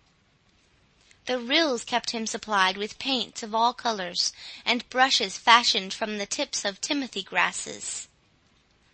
The fairies discovered that the workmen needed saws and chisels, and hammers and nails, as well as knives, and brought him a goodly array of such tools. Claus soon turned his living room into a most wonderful workshop. He built a bench before the window, and arranged his tools and paints so that he could reach everything as he sat on his stool. And as he finished toy after toy to delight the hearts of little children, he found himself growing so gay and happy that he could not refrain from singing and laughing and whistling all day long. "It's because I live in the Laughing Valley, where everything else laughs," said Claus. But that was not the reason. End of chapter. Chapter 5 of Claus's Adulthood. How Bessie Blithesome came to the Laughing Valley. One day, as Claus sat before his door to enjoy the sunshine while he busily carved the head and horns of a toy deer, he looked up and discovered a glittering cavalcade of horsemen approaching through the valley.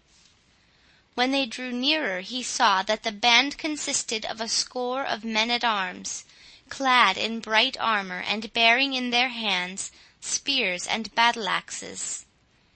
In front of these rode little Bessie Blithesome, the pretty daughter of that proud Lord of Lurd, who had once driven Claus from his palace. Her palfrey was pure white, its bridle was covered with glittering gems, and its saddle draped with cloth of gold, richly broidered. The soldiers were sent to protect her from harm while she journeyed. Claus was surprised, but he continued to whittle and to sing until the cavalcade drew up before him. Then the little girl leaned over the neck of her palfrey and said, "Please, Mr. Claus, I want a toy." Her voice was so pleading that Claus jumped up at once and stood beside her. But he was puzzled how to answer her request. "You are a rich lord's daughter," said he, "and have all that you desire." "Except toys," added Bessie. "There are no toys in all the world but yours." "And I make them for the poor children who have nothing else to amuse them," continued Claus. "Do poor children love to play with toys more than rich ones?" asked Bessie. "I suppose not," said Claus thoughtfully. "Am I to blame because my father is a lord? Must I be denied the pretty toys I long for because other children are poorer than I?" she inquired earnestly.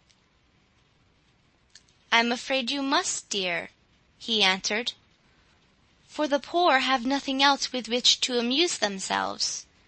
You have your pony to ride, your servants to wait on you, and every comfort that money can procure." "But I want toys," cried Bessie, wiping away the tears that forced themselves into her eyes. "If I cannot have them, I shall be very unhappy." Claus was troubled, for her grief recalled to him the thought that his desire was to make all children happy, without regard to their condition in life. Yet while so many poor children were clamoring for his toys, he could not bear to give one of them to Bessie Blithesome, who had so much already to make her happy. "Listen, my child," he said gently. "All the toys I am now making are promised to others, but the next shall be yours, since your heart so longs for it. Come to me again in 2 days, and it shall be ready for you."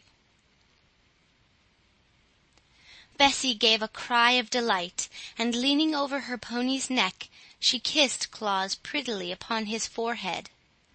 Then, calling to her men-at-arms, she rode gaily away, leaving Claus to resume his work. "If I am to supply the rich children as well as the poor ones," he thought, "I shall not have a spare moment in the whole year. But is it right I should give to the rich? Surely I must go to Necile and talk with her about this matter." So, when he had finished the toy deer, which was very like a deer he had known in the forest glades, he walked into Burzee and made his way to the bower of the beautiful nymph Necile, who had been his foster-mother.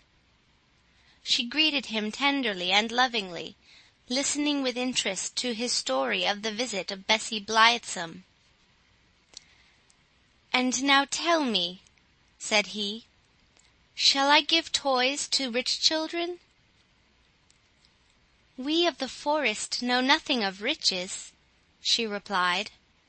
"It seems to me that one child is like another child, since they are all made of the same clay, and that riches are like a gown, which may be put on or taken away, leaving the child unchanged. But the fairies are guardians of mankind, and know mortal children better than I. Let us call the Fairy Queen."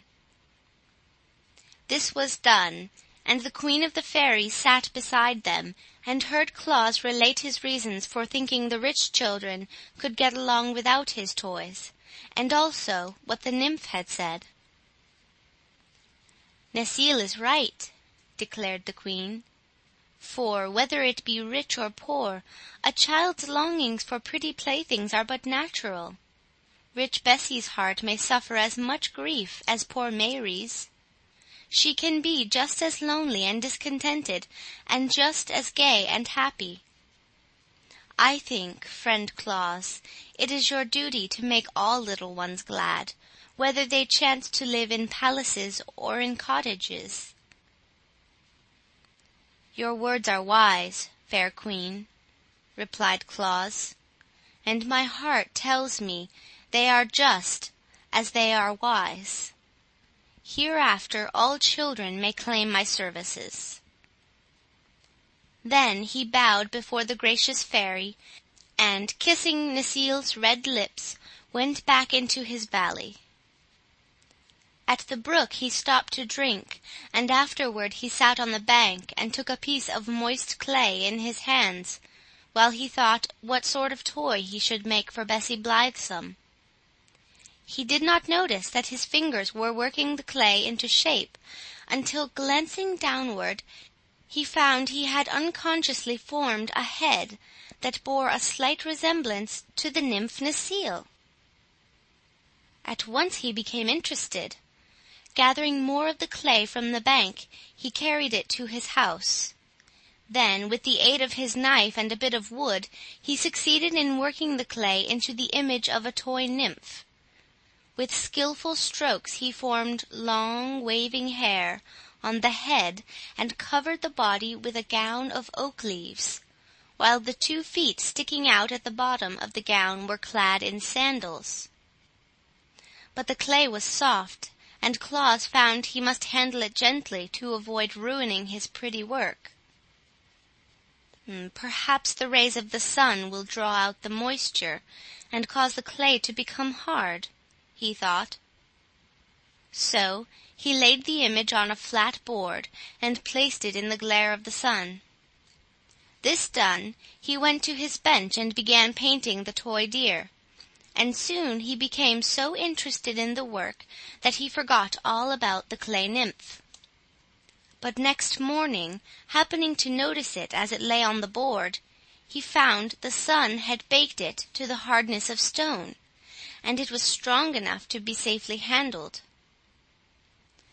Claus now painted the nymph with great care in the likeness of Necile, giving it deep blue eyes, white teeth, rosy lips, and ruddy brown hair. The gown he colored oak leaf green, and when the paint was dry, Claus himself was charmed with the new toy. Of course it was not nearly so lovely as the real Necile, but, considering the material of which it was made, Claus thought it was very beautiful. When Bessie, riding upon her white palfrey, came to his dwelling next day, Claus presented her with the new toy. The little girl's eyes were brighter than ever as she examined the pretty image, and she loved it at once and held it close to her breast, as a mother does to her child. "What is it called, Claus?" she asked. Now, Claus knew that nymphs do not like to be spoken of by mortals, so he could not tell Bessie it was an image of Necile he had given her. But as it was a new toy, he searched his mind for a new name to call it by, and the first word he thought of, he decided would do very well. "It is called a dolly, my dear," he said to Bessie. "I shall call the dolly my baby," returned Bessie, kissing it fondly, "and I shall tend it and care for it just as nurse cares for me. "Thank you very much, Claus. Your gift has made me happier than I have ever been before." Then she rode away, hugging the toy in her arms, and Claus, seeing her delight, thought he would make another dolly, better and more natural than the first. He brought more clay from the brook, and remembering that Bessie had called the dolly her baby, he resolved to form this one into a baby's image. That was no difficult task to the clever workman, and soon the baby doll was lying on the board, and placed in the sun to dry. Then, with the clay that was left, he began to make an image of Bessie Blithesome herself. This was not so easy, for he found he could not make the silken robe of the lord's daughter out of common clay. So he called the fairies to his aid, and asked them to bring him colored silks with which to make a real dress for the clay image. The fairies set off at once on their errand, and before nightfall they returned with a generous supply of silks and laces and golden threads. Claus now became impatient to complete his new dolly, and instead of waiting for the next day's sun, he placed the clay image upon his hearth, and covered it over with glowing coals. By morning, when he drew the dolly from the ashes, it had baked as hard as if it had lain a full day in the hot sun. Now our Claus became a dressmaker as well as a toy-maker. He cut the lavender silk, and nearly sewed it into a beautiful gown that just fitted the new dolly. And he put a lace collar around its neck, and pink silk shoes on its feet. The natural color of baked clay is a light gray, but Claus painted the face to resemble the color of flesh, and he gave the dolly Bessie's brown eyes, and golden hair, and rosy cheeks. It was really a beautiful thing to look upon, and sure to bring joy to some childish heart. While Claus was admiring it, he heard a knock at his door, and little Mayre entered. Her face was sad, and her eyes red with continued weeping. "Why, what has grieved you, my dear?" asked Claus, taking the child in his arms. I've broke my tat," sobbed Mayre. "How?" he inquired, his eyes twinkling. I dropped him and broke him's tail off, and then I dropped him and broke off him's ear, and now him's all spoilt." Claus laughed. "Never mind, Mayre dear," he said. "How would you like this new dolly instead of a cat?" Mayre looked at the silk-robed dolly, and her eyes grew big with astonishment. "Oh, Claus!" she cried, clapping her small hands together with rapture. "Can I have that beautiful lady?" "Do you like it?" he asked. "I love it," said she. "It's better'n tats." "Then take it, dear, and be careful not to break it." Mayre took the dolly with a joy that was almost reverent, and her face dimpled with smiles as she started along the path toward home. End of chapter 5.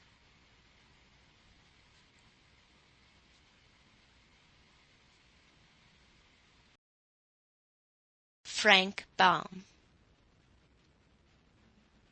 Adulthood, Chapter 6. The Wickedness of the Awgwas. I must now tell you something about the Awgwas, that terrible race of creatures which caused our good Claus so much trouble and nearly succeeded in robbing the children of the world of their earliest and best friend. I do not like to mention the Awgwas, but they are a part of this history and cannot be ignored. They were neither mortals nor immortals, but stood midway between those classes of beings. The Awgwas were invisible to ordinary people, but not to immortals. They could pass swiftly through the air from one part of the world to another, and had the power of influencing the minds of human beings to do their wicked will. They were of gigantic stature, and had coarse, scowling countenances, which showed plainly their hatred of all mankind. They possessed no consciences whatever, and delighted only in evil deeds. Their homes were in rocky mountainous places, from whence they sallied forth to accomplish their wicked purposes. The one of their number that could think of the most horrible deed for them to do was always elected the King Agua, and all the race obeyed his orders. Sometimes these creatures lived to become 100 years old, but usually they fought so fiercely among themselves that many were destroyed in combat, and when they died, that was the end of them. Mortals were powerless to harm them, and the immortals shuddered when the Aguas were mentioned, and always avoided them. So they flourished for many years unopposed, and accomplished much evil. I am glad to assure you that these vile creatures have long since perished and passed from the earth. But in the days when Claus was making his first toys, they were a numerous and powerful tribe. One of the principal sports of the Aguas was to inspire angry passions in the hearts of little children, so that they quarreled and fought with one another. They would tempt boys to eat of unripe fruit, and then delight in the pain they suffered. They urged little girls to disobey their parents, and then would laugh when the children were punished. I do not know what causes a child to be naughty in these days, but when the Aguas were on earth, naughty children were usually under their influence. Now, when Claus began to make children happy, he kept them out of the power of the Aguas. For children possessing such lovely playthings as he gave them had no wish to obey the evil thoughts the Aguas tried to thrust into their minds. Therefore, one year, when the wicked tribe was to elect a new king, they chose an Agua who proposed to destroy Claus and take him away from the children. There are, as you know, fewer naughty children in the world since Claus came to the Laughing Valley and began to make his toys, said the new king, as he squatted upon a rock and looked around at the scowling faces of his people. Why, Bessie Blithesome has not stamped her foot once this month, nor has Mary's brother slapped his sister's face, or thrown the puppy into the rain-barrel. Little Weekum took his bath last night without screaming or struggling, because his mother had promised he should take his toy cat to bed with him. Such a condition of affairs is awful for any Agua to think of, and the only way we can direct the naughty actions of children is to take this person Claus away from them. Good, good, cried the big Aguas in a chorus, and they clapped their hands to applaud the speech of the king. But what shall we do with him? asked one of the creatures. I have a plan, replied the wicked king, and what his plan was you will soon discover. That night Claus went to bed feeling very happy, for he had completed no less than 4 pretty toys during the day, and they were sure, he thought, to make 4 little children happy. But while he slept, the band of invisible Aguas surrounded his bed, bound him with stout cords, and then flew away with him to the middle of a dark forest in far-off Aethop, where they had laid him down and left him. When morning came, Claus found himself thousands of miles from any human being, a prisoner in the wild jungle of an unknown land. From the limb of a tree above his head swayed a huge python, one of those reptiles that are able to crush a man's bones in their coils. A few yards away crouched a savage panther, its glaring red eyes fixed full on the helpless Claus. One of those monstrous spotted spiders, whose sting is death, crept stealthily toward him, over the matted leaves, which shriveled and turned black at its very touch. But Claus had been reared in Burzee, and was not afraid. "Come to me, ye nooks of the forest," he cried, and gave the low, peculiar whistle that the knooks know. The panther, which was about to spring upon its victim, turned and slunk away. The python swung itself into the tree and disappeared among the leaves. The spider stopped short in its advance and hid beneath a rotting log. Claus had no time to notice them, for he was surrounded by a band of harsh-featured knooks, more crooked and deformed in appearance than any he had ever seen. "Who are you that call on us?" demanded one in a gruff voice. "The friend of your brothers in Burzee," answered Claus. "I have been brought here by my enemies, the Awgwas, and left to perish miserably. Yet now I implore your help to release me and to send me home again." "Have you the sign?" asked another. "Yes," said Claus. They cut his bonds, and with his free arms he made the secret sign of the knooks. Instantly they assisted him to stand upon his feet, and they brought him food and drink to strengthen him. "Our brothers of Burzee make queer friends," grumbled an ancient knook, whose flowing beard was pure white. "But he who knows our secret sign and signal is entitled to our help, whoever he may be. Close your eyes, stranger, and we will conduct you to your home. Where shall we seek it?" "'Tis in the Laughing Valley," answered Claus, shutting his eyes. "There is but one Laughing Valley in the known world, so we cannot go astray," remarked the knook. As he spoke, the sound of his voice seemed to die away, so Claus opened his eyes to see what caused the change. To his astonishment, he found himself seated on the bench by his own door, with the Laughing Valley spread out before him. That day he visited the wood nymphs and related his adventure to Queen Zurline and Necile.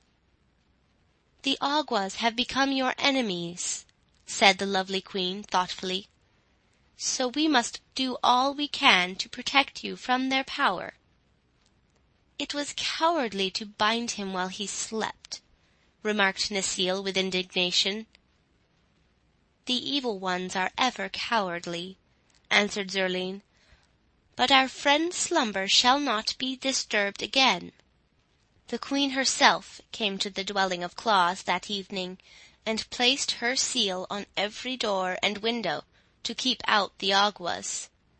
And under the seal of Queen Zurline was placed the seal of the fairies, and the seal of the Ryls, and the seals of the knooks, that the charm might become more powerful. And Claus carried his toys to the children again, and made many more of the little ones happy. You may guess how angry the King Awgwa and his fierce band were when it was known to them that Claus had escaped from the forest of Ethop. They raged madly for a whole week, and then held another meeting among the rocks. "It is useless to carry him where the knooks reign," said the king, "for he has their protection. So let us cast him into a cave of our own mountains, where he will surely perish." This was promptly agreed to, and the wicked band set out that night to seize Claus. But they found his dwelling guarded by the seals of the immortals, and were obliged to go away baffled and disappointed. "Never mind," said the king, "he does not sleep always." Next day, as Claus traveled to the village across the plain, where he intended to present a new toy squirrel to a lame boy, he was suddenly set upon by the Awgwas, who seized him and carried him away to the mountains. There they thrust him within a deep cavern, and rolled many huge rocks against the entrance to prevent his escape.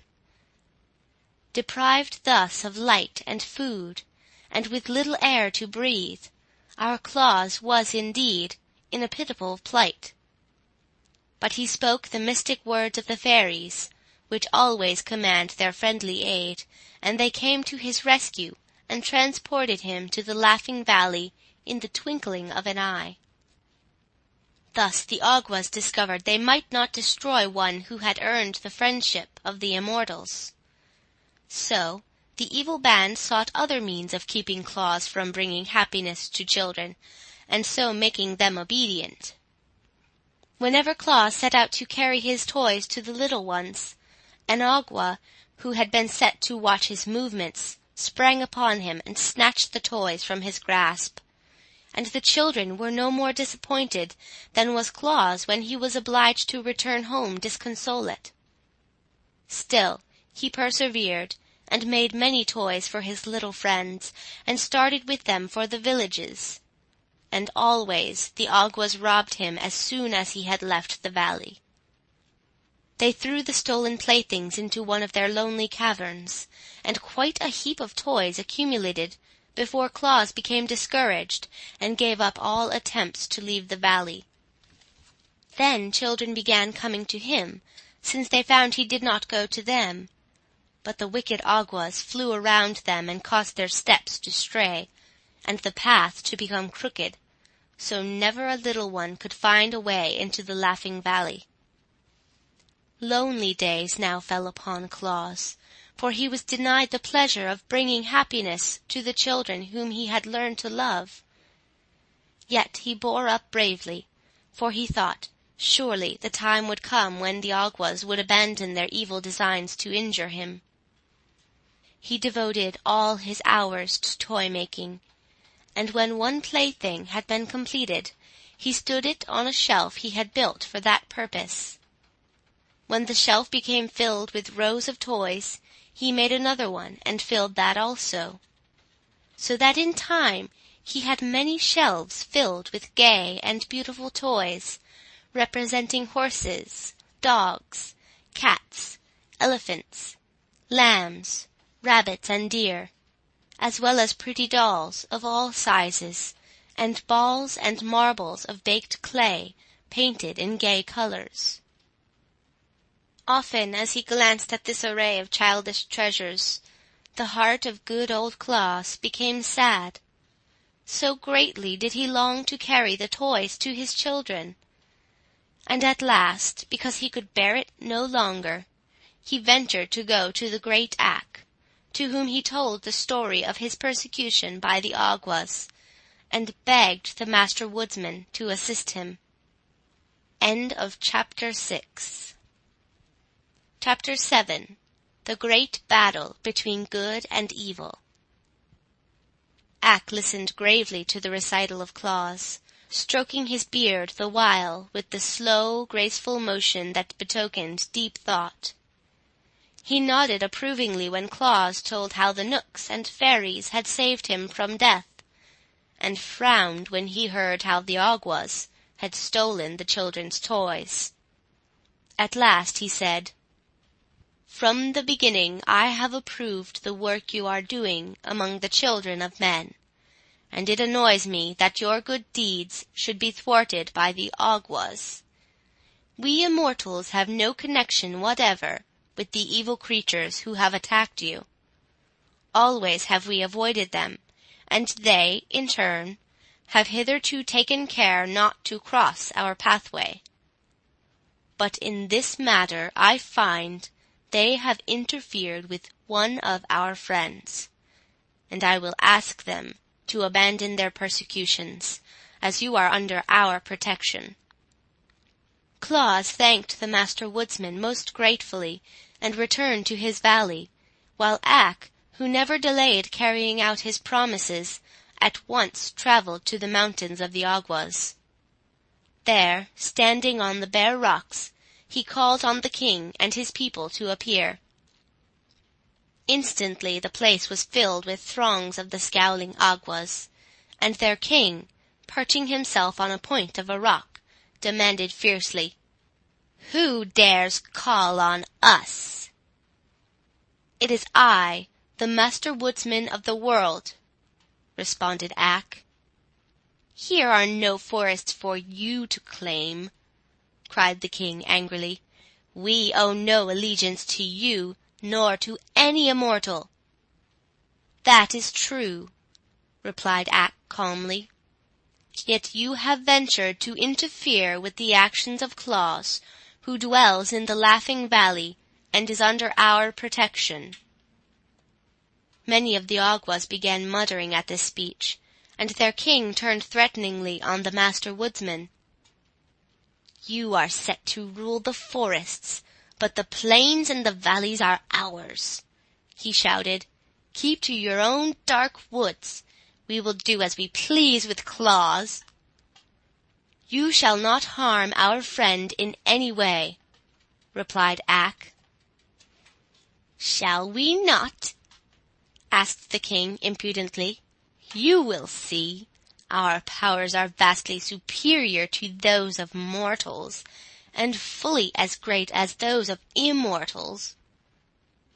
"It is your conceit that misleads you," said Ak sternly.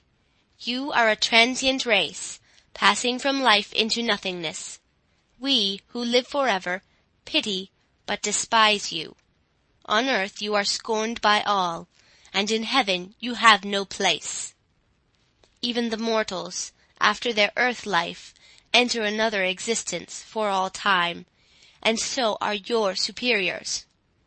How then dare you, who are neither mortal nor immortal, refuse to obey my wish?" The Awgwas sprang to their feet with menacing gestures, but their king motioned them back.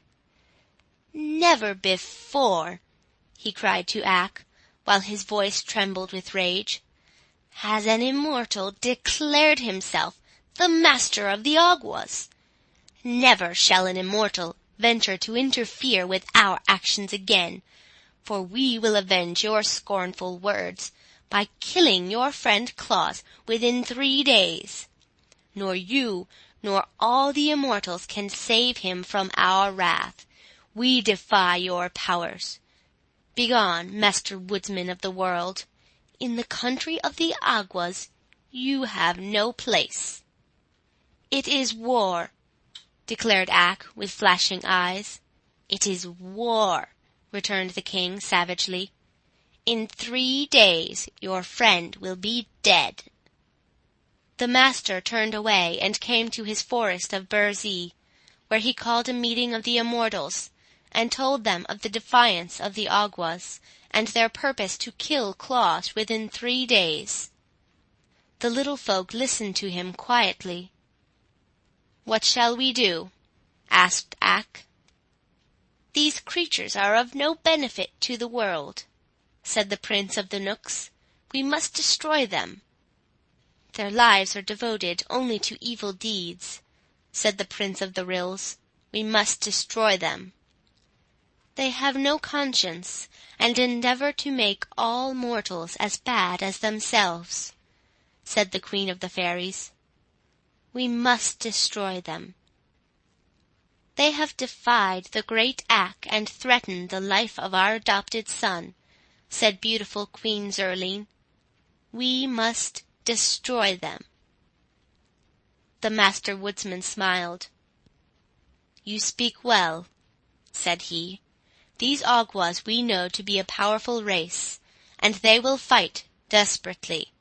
Yet the outcome is certain, for we who live can never die, even though conquered by our enemies, while every Awgwa who is struck down is one foe the less to oppose us.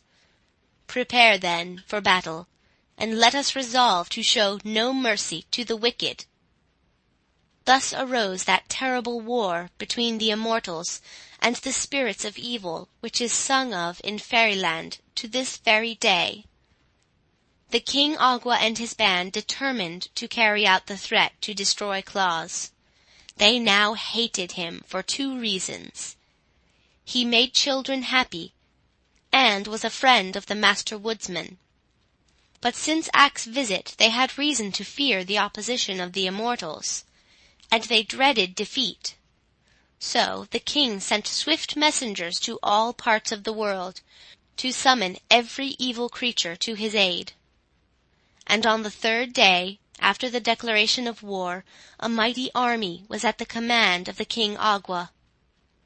There were 300 Asiatic dragons, breathing fire that consumed everything it touched. These hated mankind and all good spirits.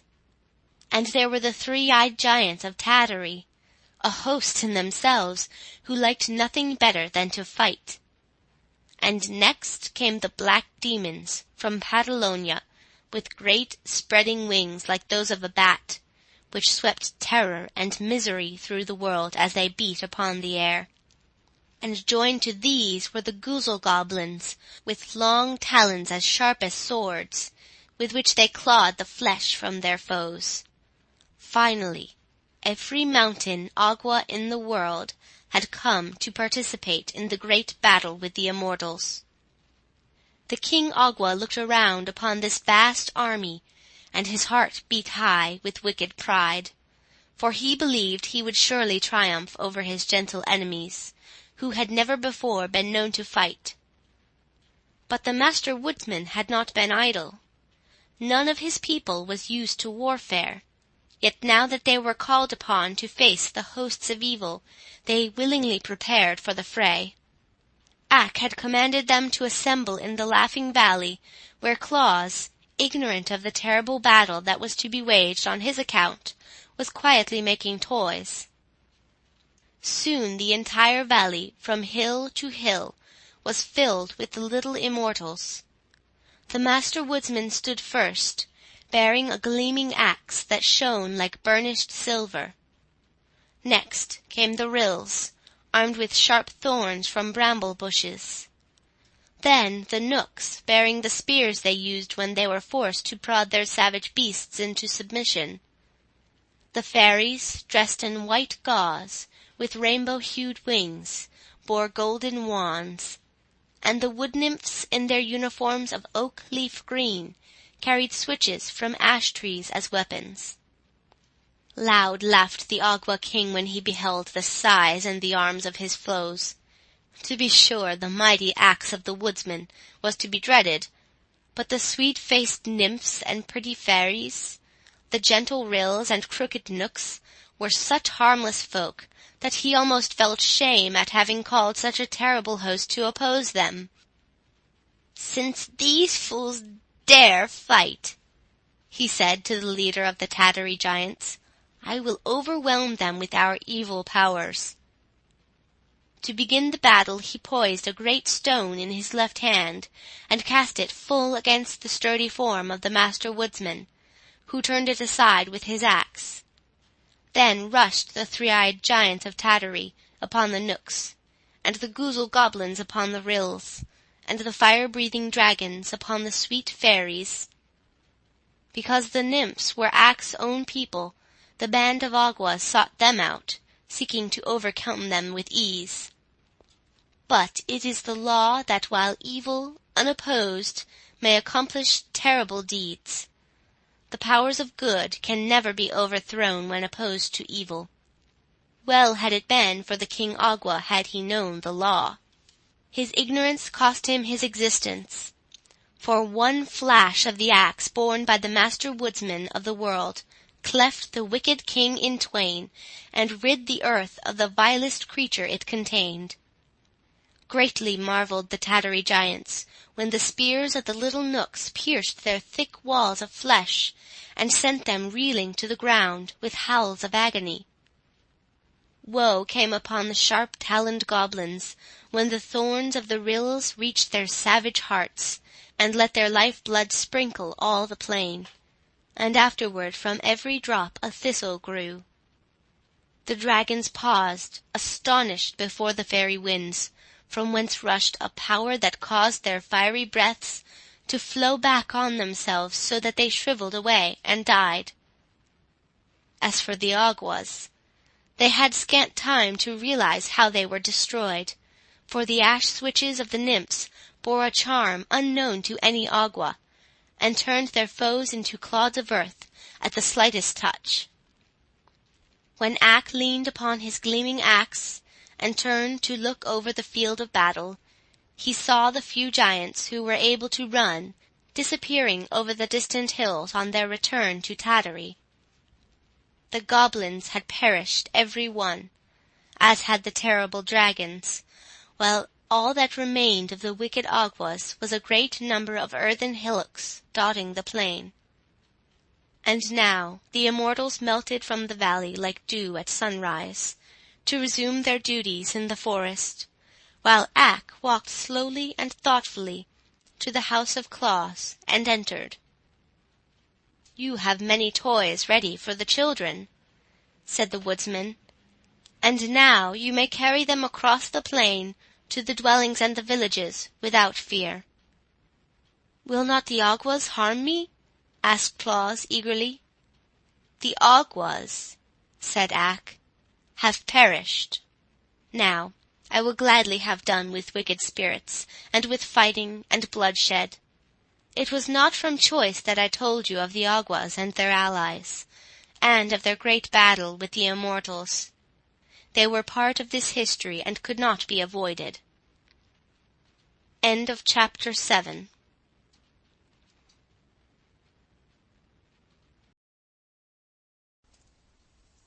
Manhood, Chapter 8. The First Journey with the Reindeer.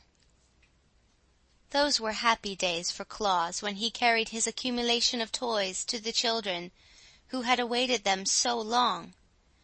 During his imprisonment in the valley he had been so industrious that all his shelves were filled with playthings, and after quickly supplying the little ones living nearby, he saw he must now extend his travels to wider fields. Remembering the time when he had journeyed with Ak through all the world, he knew children were everywhere, and he longed to make as many as possible happy with his gifts. So he loaded a great sack with all kinds of toys, slung it upon his back that he might carry it more easily, and started off on a longer trip than he had yet undertaken.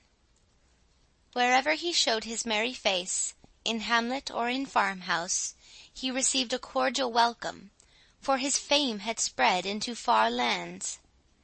At each village the children swarmed about him, following his footsteps wherever he went, and the women thanked him gratefully for the joy he brought their little ones.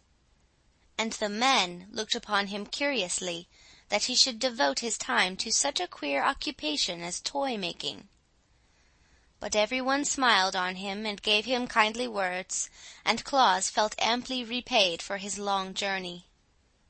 When the sack was empty, he went back again to the Laughing Valley, and once more filled it to the brim.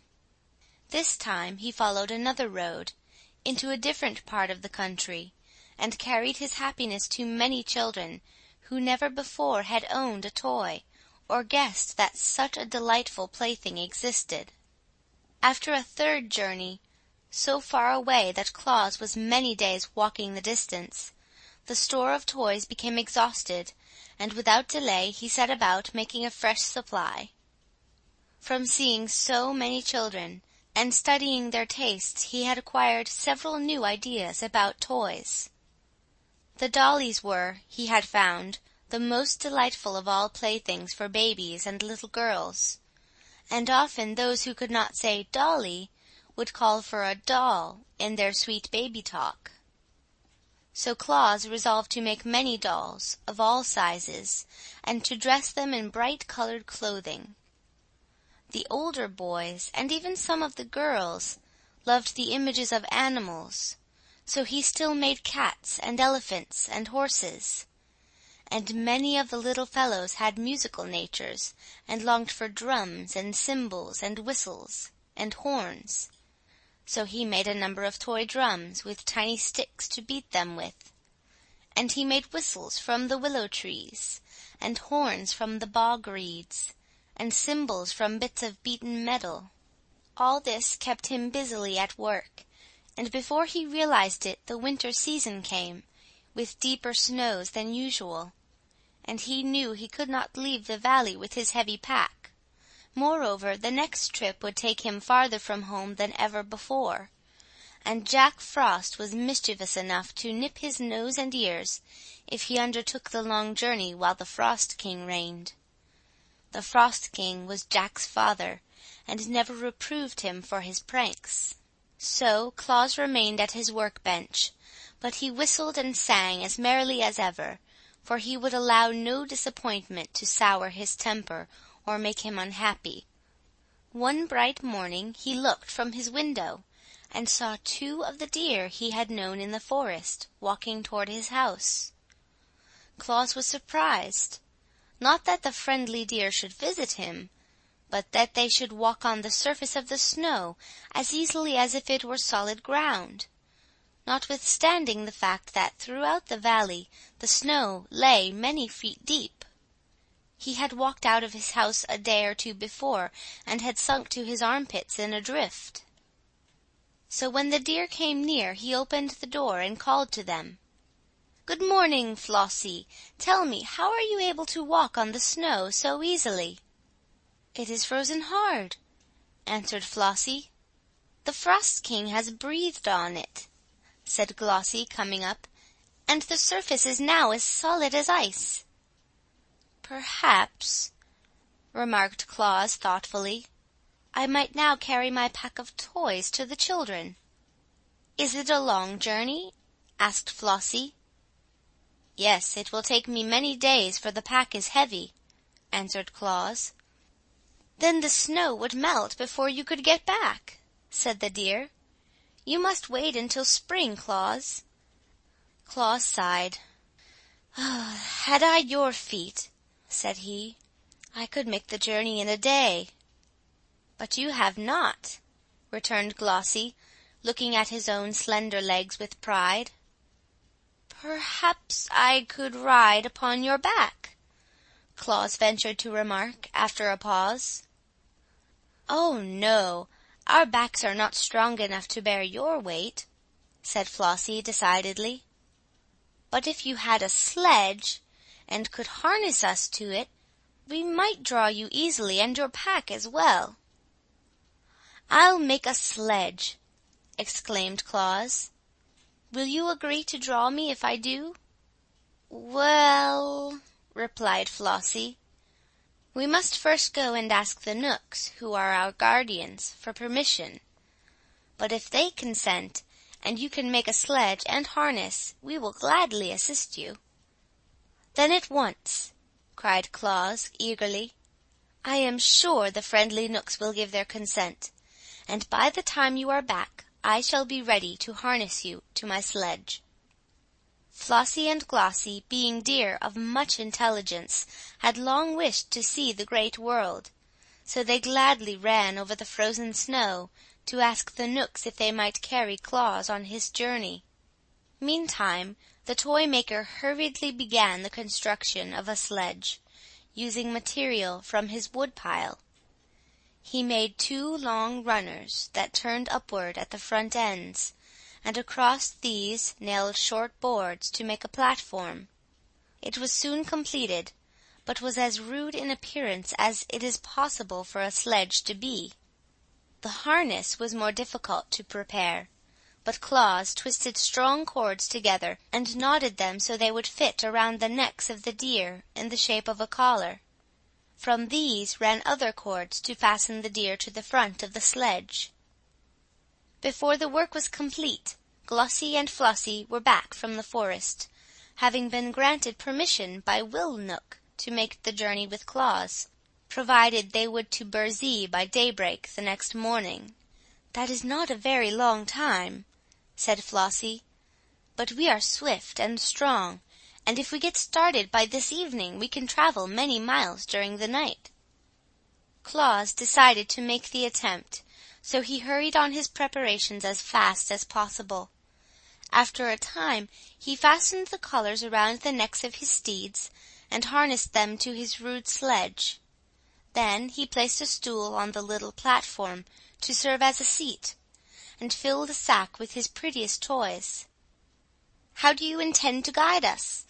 asked Glossie. "We have never been out of the forest before, except to visit your house, so we shall not know the way." Claus thought about that for a moment. Then he brought more cords, and fastened 2 of them to the spreading antlers of each deer, one on the right and the other on the left.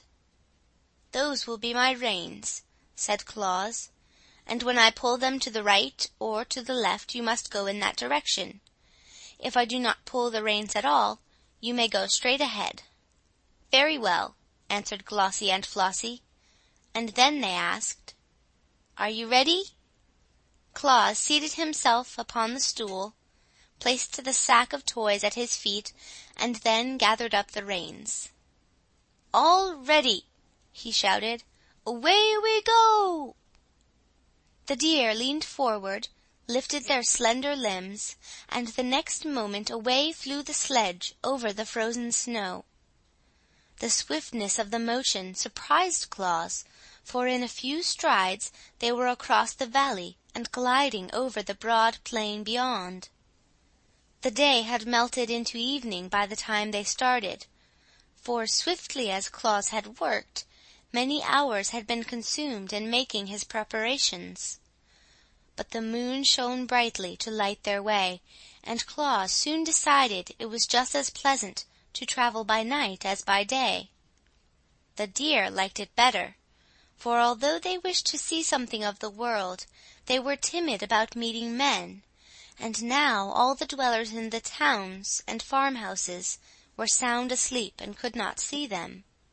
Away and away they sped, on and on, over the hills and through the valleys, and across the plains until they reached a village where Claus had never been before.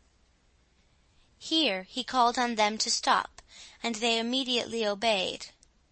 But a new difficulty now presented itself, for the people had locked their doors when they went to bed, and Claus found he could not enter the houses to leave his toys. "I'm afraid, my friends, we have made our journey for nothing," said he, "for I shall be obliged to carry my playthings back home again without giving them to the children of this village." "What's the matter?" asked Flossie. "The doors are locked," answered Claus, "and I cannot get in." Glossie looked around at the houses. The snow was quite deep in that village, and just before them was a roof only a few feet above the sledge. A broad chimney, which seemed to Glossie big enough to admit Claus, was at the peak of the roof.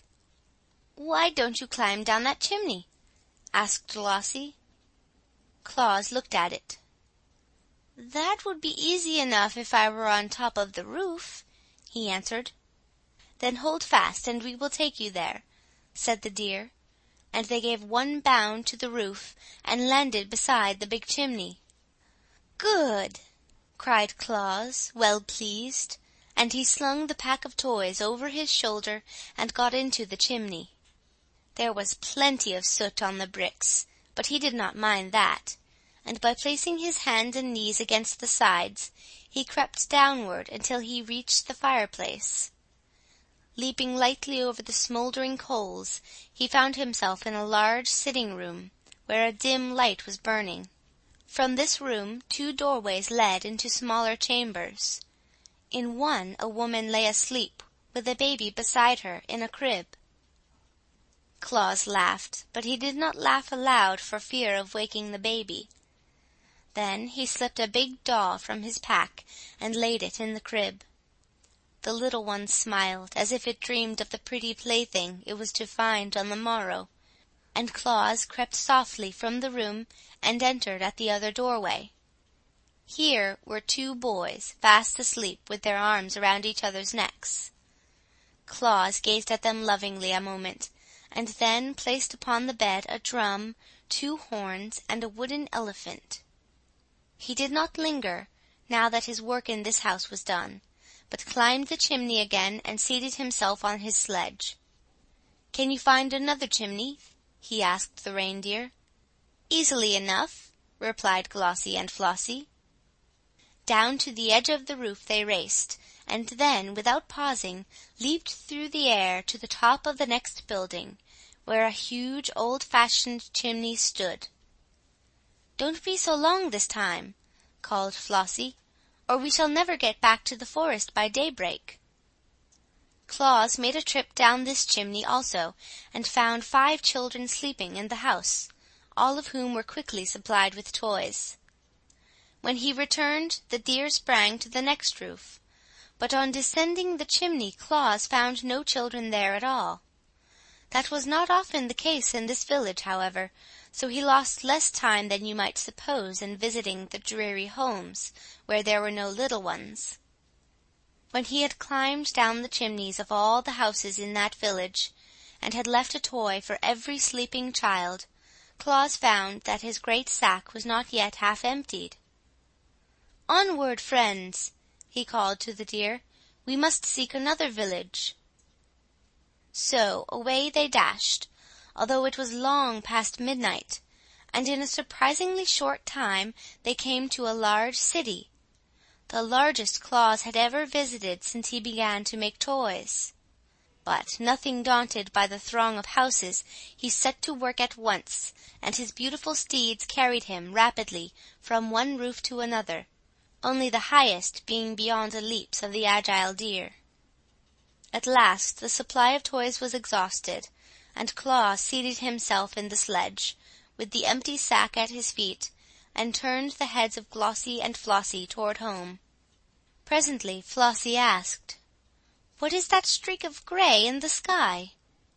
"It is the coming dawn of day," answered Claus, surprised to find that it was so late. "Good gracious!" exclaimed Glossie. "Then we shall not be home by daybreak, and the Knooks will punish us and never let us come again." "We must race for the Laughing Valley and make our best speed," returned Flossie. "So hold fast, friend Claus."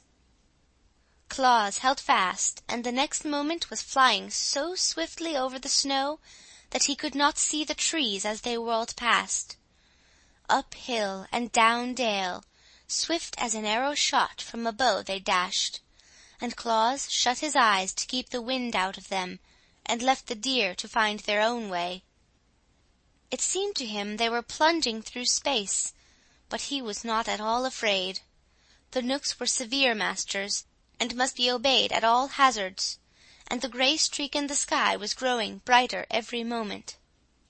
Finally the sledge came to a sudden stop, and Claus, who was taken unawares, tumbled from his seat into a snowdrift. As he picked himself up he heard the deer crying, "Quick, friend, quick! Cut away our harness!" He drew his knife and rapidly severed the cords, and then he wiped the moisture from his eyes and looked around him. The sledge had come to a stop in the Laughing Valley, only a few feet, he found, from his own door.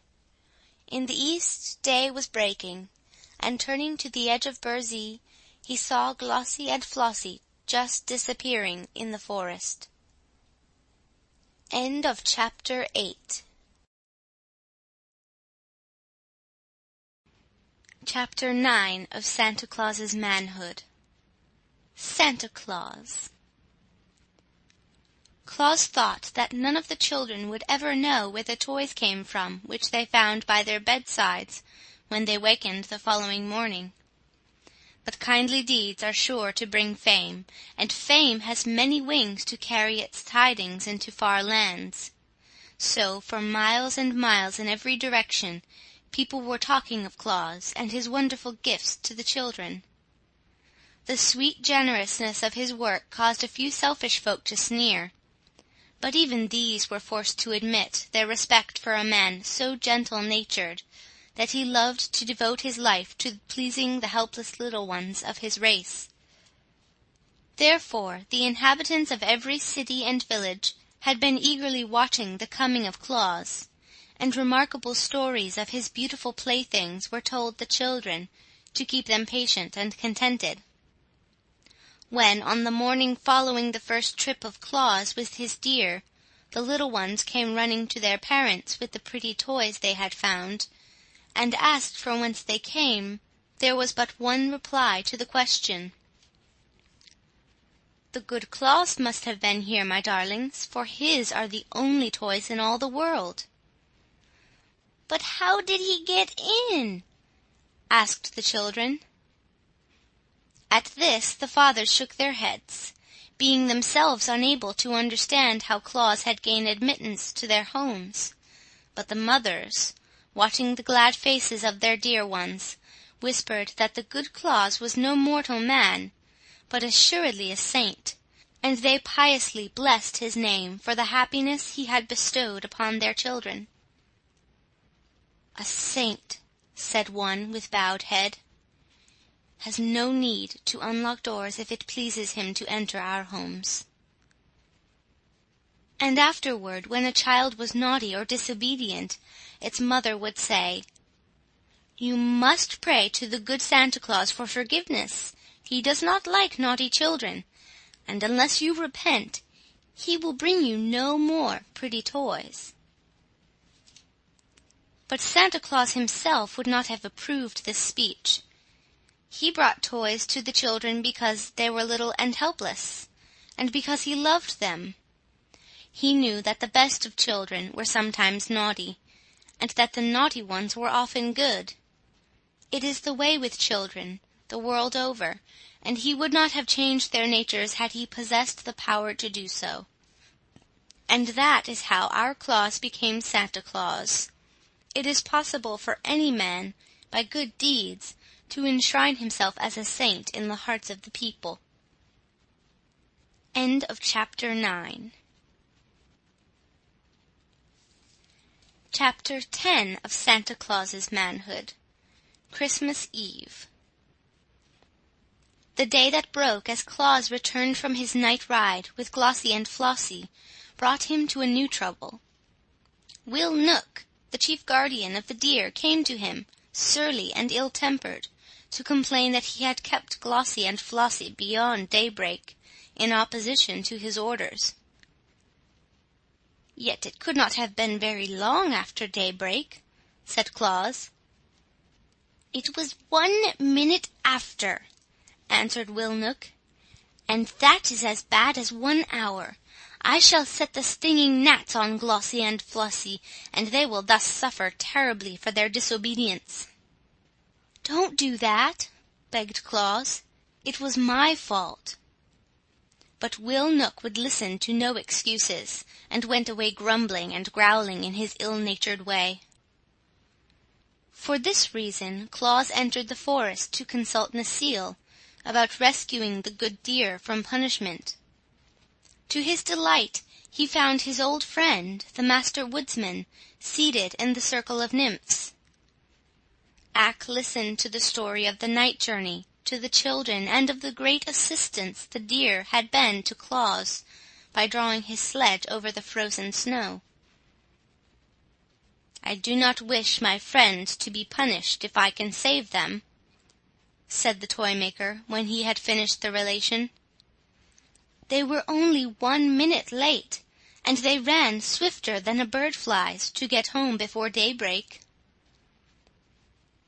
Ak stroked his beard thoughtfully a moment, and then sent for the Prince of the Knooks, who rules all his people in Burzee, and also for the Queen of the Fairies, and the Prince of the Rills. When all had assembled, Claus told his story again, at Ak's command, and then the master addressed the Prince of the Knooks, saying, "The good work that Claus is doing among mankind deserves the support of every honest immortal. Already he is called a saint in some of the towns, and before long the name of Santa Claus will be lovingly known in every home that is blessed with children. Moreover, he is a son of our forest, so we owe him our encouragement. You, ruler of the Knooks, have known him these many years. Am I not right in saying he deserves our friendship?" The prince, crooked and sour of visage, as all Knooks are, looked only upon the dead leaves at his feet and muttered, "You are the master woodsman of the world." Ak smiled, but continued in soft tones, "It seems that the deer which are guarded by your people can be of great assistance to Claus, and as they seem willing to draw his sledge, I beg that you will permit him to use their services whenever he pleases." The prince did not reply, but tapped the curled point of his sandal with the tip of his spear, as if in thought. Then the Fairy Queen spoke to him in this way. "If you consent to Ak's request, I will see that no harm comes to your deer while they are away from the forest." And the Prince of the Ryls added, "For my part, I will allow to every deer that assists Claus the privilege of eating my casa plants, which will give strength, and my gralla plants, which give fleetness of foot, and my marben plants, which give long life."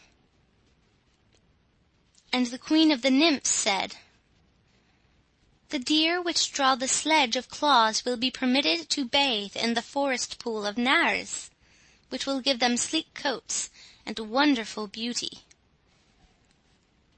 The Prince of the Knooks, hearing these promises, shifted uneasily on his seat, for in his heart he hated to refuse a request of his fellow immortals, although they were asking an unusual favor at his hands, and the Knooks are unaccustomed to granting favors of any kind. Finally he turned to his servants and said, "Call Will Knook." When surly Will came and heard the demands of the immortals, he protested loudly against granting them.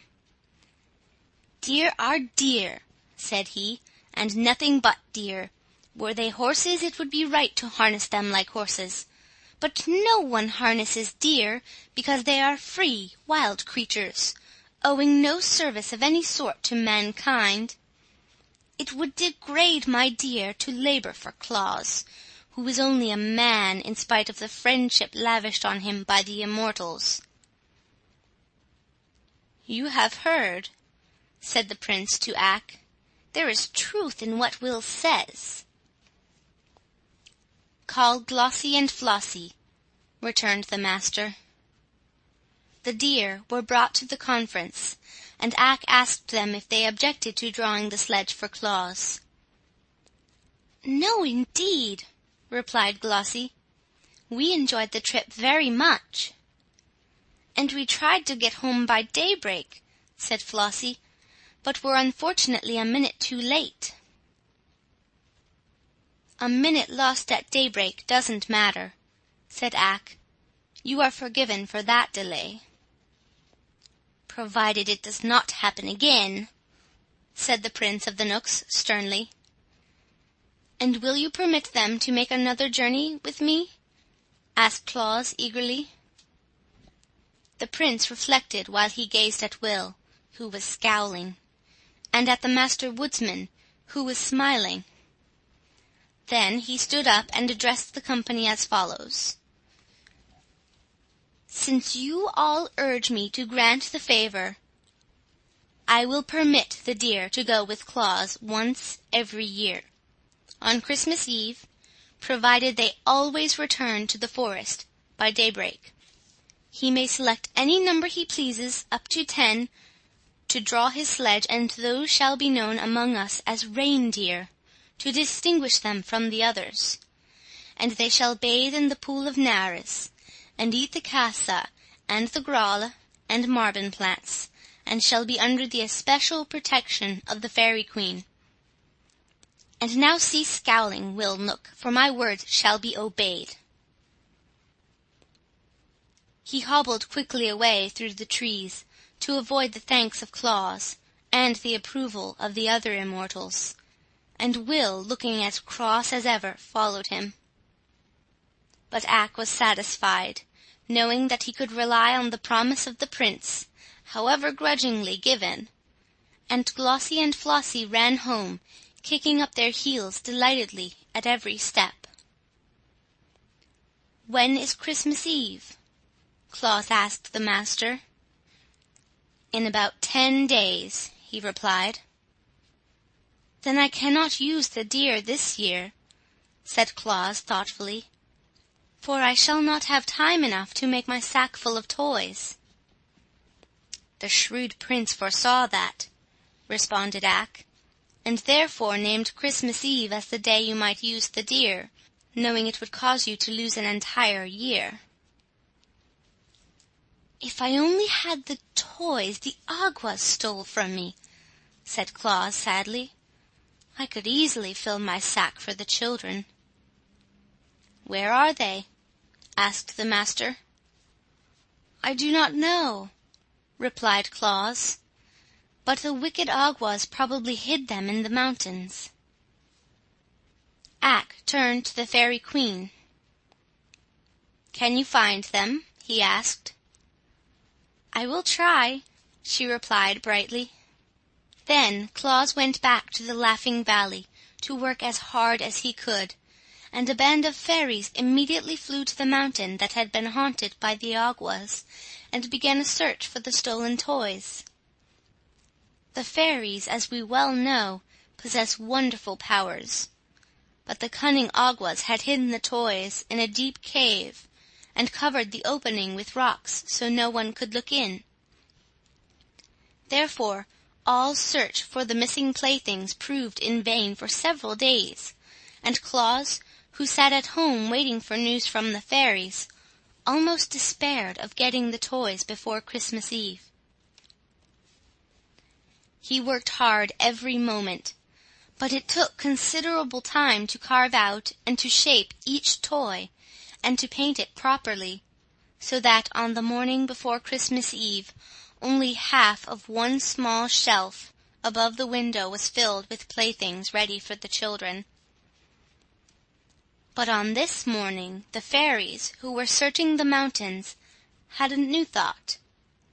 They joined hands and moved in a straight line through the rocks that formed the mountain, beginning at the topmost peak and working downward, so that no spot could be missed by their bright eyes.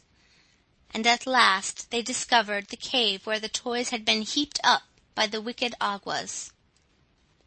It did not take them long to burst open the mouth of the cave, and then each one seized as many toys as he could carry, and they all flew to Claus and laid the treasure before him.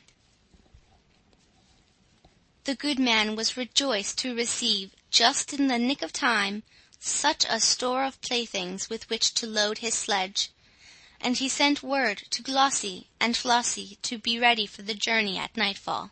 With all his other labors, he had managed to find time, since the last trip, to repair the harness, and to strengthen his sledge, so that when the deer came to him at twilight, he had no difficulty in harnessing them. "We must go in another direction tonight," he told them, "where we shall find children I have never yet visited, and we must travel fast and work quickly, for my sack is full of toys and running over the brim." So, just as the moon arose, they dashed out of the Laughing Valley, and across the plain, and over the hills to the south. The air was sharp and frosty, and the starlight touched the snowflakes and made them glitter like countless diamonds. The reindeer leaped onward with strong, steady bounds, and Claus's heart was so light and merry that he laughed and sang, while the wind whistled past his ears. With a ho-ho-ho and a ha-ha-ha and a ho-ho-ha-ha-hee, now away we go o'er the frozen snow, as merry as we can be. Jack Frost heard him and came racing up with his nippers, but when he saw it was Claus he laughed and turned away again. The mother owls heard him as he passed near a wood, and stuck their heads out of the hollow places in the tree trunks. But when they saw who it was, they whispered to the owlets nesting near them that it was only Santa Claus carrying toys to the children. It is strange how much those mother owls know. Claus stopped at some of the scattering farmhouses, and climbed down the chimneys to leave presents for the babies. Soon after he reached a village, and worked merrily for an hour distributing playthings among the sleeping little ones. Then away again he went, singing his joyous carol. Now away we go o'er the gleaming snow, while the deer run swift and free. For to girls and boys we carry the toys that will fill their hearts with glee. The deer liked the sound of his deep bass voice, and kept time to the song with their hoof-beats on the hard snow. But soon they stopped at another chimney, and Santa Claus, with sparkling eyes and face brushed red by the wind, climbed down its smoky sides and left a present for every child the house contained. It was a merry, happy night. Swiftly the deer ran, and busily their driver worked to scatter his gifts among the sleeping children. But the sack was empty at last, and the sledge headed homeward. And now again the race with daybreak began. Glossie and Flossie had no mind to be rebuked a second time for tardiness, so they fled with a swiftness that enabled them to pass the gale on which the Frost King rode, and soon brought them to the Laughing Valley. It is true, when Claus released his steeds from their harness, the eastern sky was streaked with grey. But Glossie and Flossie were deep in the forest before day fairly broke. Claus was so wearied with his night's work that he threw himself upon his bed and fell into a deep slumber. And while he slept, the Christmas sun appeared in the sky and shone upon hundreds of happy homes, where the sound of childish laughter proclaimed that Santa Claus had made them a visit. God bless him! It was his first Christmas Eve, and for hundreds of years since then he has nobly fulfilled his mission to bring happiness to the hearts of little children. End of Chapter 10.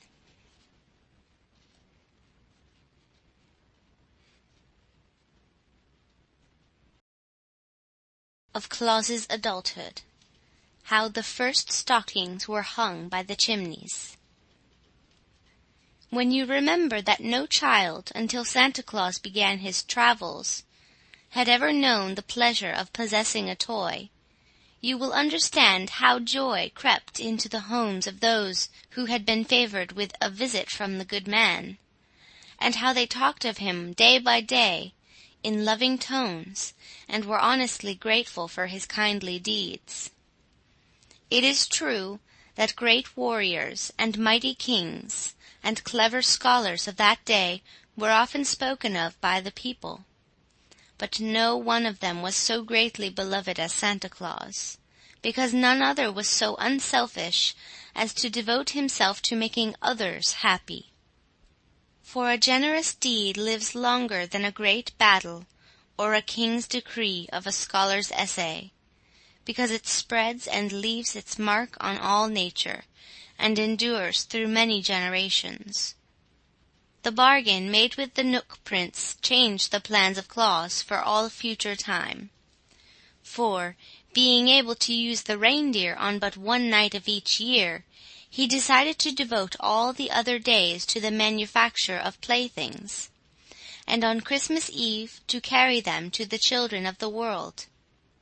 But a year's work would, he knew, result in a vast accumulation of toys.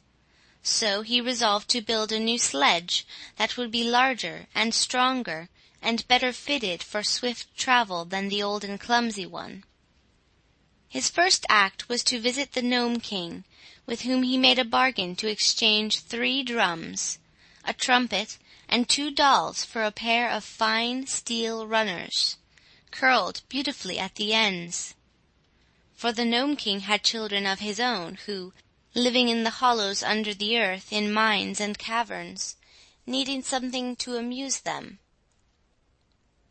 In 3 days the steel runners were ready, and when Claus brought the playthings to the Gnome King, his Majesty was so greatly pleased with them that he presented Claus with a string of sweet-toned sleigh bells, in addition to the runners.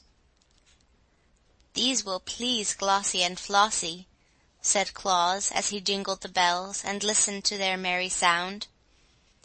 "But I should have 2 strings of bells, one for each deer." "Bring me another trumpet and a toy cat," replied the king, "and you shall have a second string of bells like the first." "It is a bargain," cried Claus, and he went home again for the toys. The new sledge was carefully built, the nooks bringing plenty of strong but thin boards to use in its construction. Claus made a high rounding dashboard to keep off the snow cast behind the fleet hoofs of the deer, and he made high sides to the platform so that many toys could be carried, and finally he mounted the sledge upon the slender steel runners made by the Gnome King. It was certainly a handsome sledge, and big and roomy. Claus painted it in bright colors, although no one was likely to see it during his midnight journeys, and when all was finished, he sent for Glossie and Flossie to come and look at it. The deer admired the sledge, but gravely declared it was too big and heavy for them to draw. "We might pull it over the snow, to be sure," said Glossie, "but we would not pull it fast enough to enable us to visit the faraway cities and villages, and return to the forest by daybreak." "Then I must add 2 more deer to my team," declared Claus, after a moment's thought. "The Nook Prince allowed you as many as 10. Why not use them all?" asked Flossie. "Then we could speed like the lightning, and leap to the highest roofs with ease." "Team of 10 reindeer!" cried Claus delightedly. "That will be splendid! Please return to the forest at once and select 8 other deer as like yourselves as possible. And you must all eat of the casa plant to become strong, and of the gralla plant to become fleet of foot, and of the marbon plant, that you may live long to accompany me on my journeys. Likewise it will be well for you to bathe in the pool of Nares, which the lovely Queen Zurline declares will render you rarely beautiful. Should you perform these duties faithfully, there is no doubt that on next Christmas Eve my 10 reindeer will be the most powerful and beautiful steeds the world has ever seen." So Glossie and Flossie went to the forest to choose their mates, and Claus began to consider the question of a harness for them all.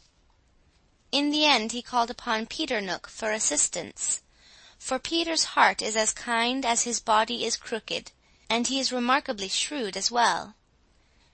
And Peter agreed to furnish strips of tough leather for the harness. This leather was cut from the skins of lions that had reached such an advanced age that they died naturally, and on one side was tawny hair, while the other side was cured to the softness of velvet by the deft Nooks.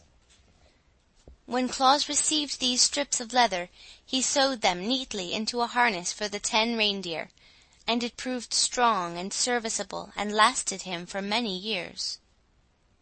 The harness and sledge were prepared at odd times, for Claus devoted most of his days to the making of toys.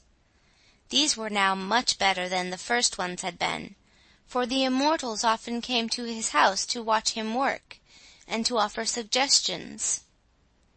It was Necile's idea to make some of the dolls say "Papa" and "Mama." It was a thought of the Nooks to put a squeak inside the lambs, so that when a child squeezed them, they would say "Ba." And the Fairy Queen advised Claus to put whistles in the birds, so they could be made to sing, and wheels on the horses, so children could draw them around. Many animals perished in the forest, from one cause or another, and their fur was brought to Claus that he might cover it with the small images of beasts he made for playthings. A merry Ryl suggested that Claus make a donkey with a nodding head, which he did, and afterward found that it amused the little ones immensely. And so the toys grew in beauty and attractiveness every day, until they were the wonder of even the immortals. When another Christmas Eve drew near, there was a monster load of beautiful gifts for the children ready to be loaded upon the big sledge. Claus filled 3 sacks to the brim, and tucked every corner of the sledge-box full of toys besides.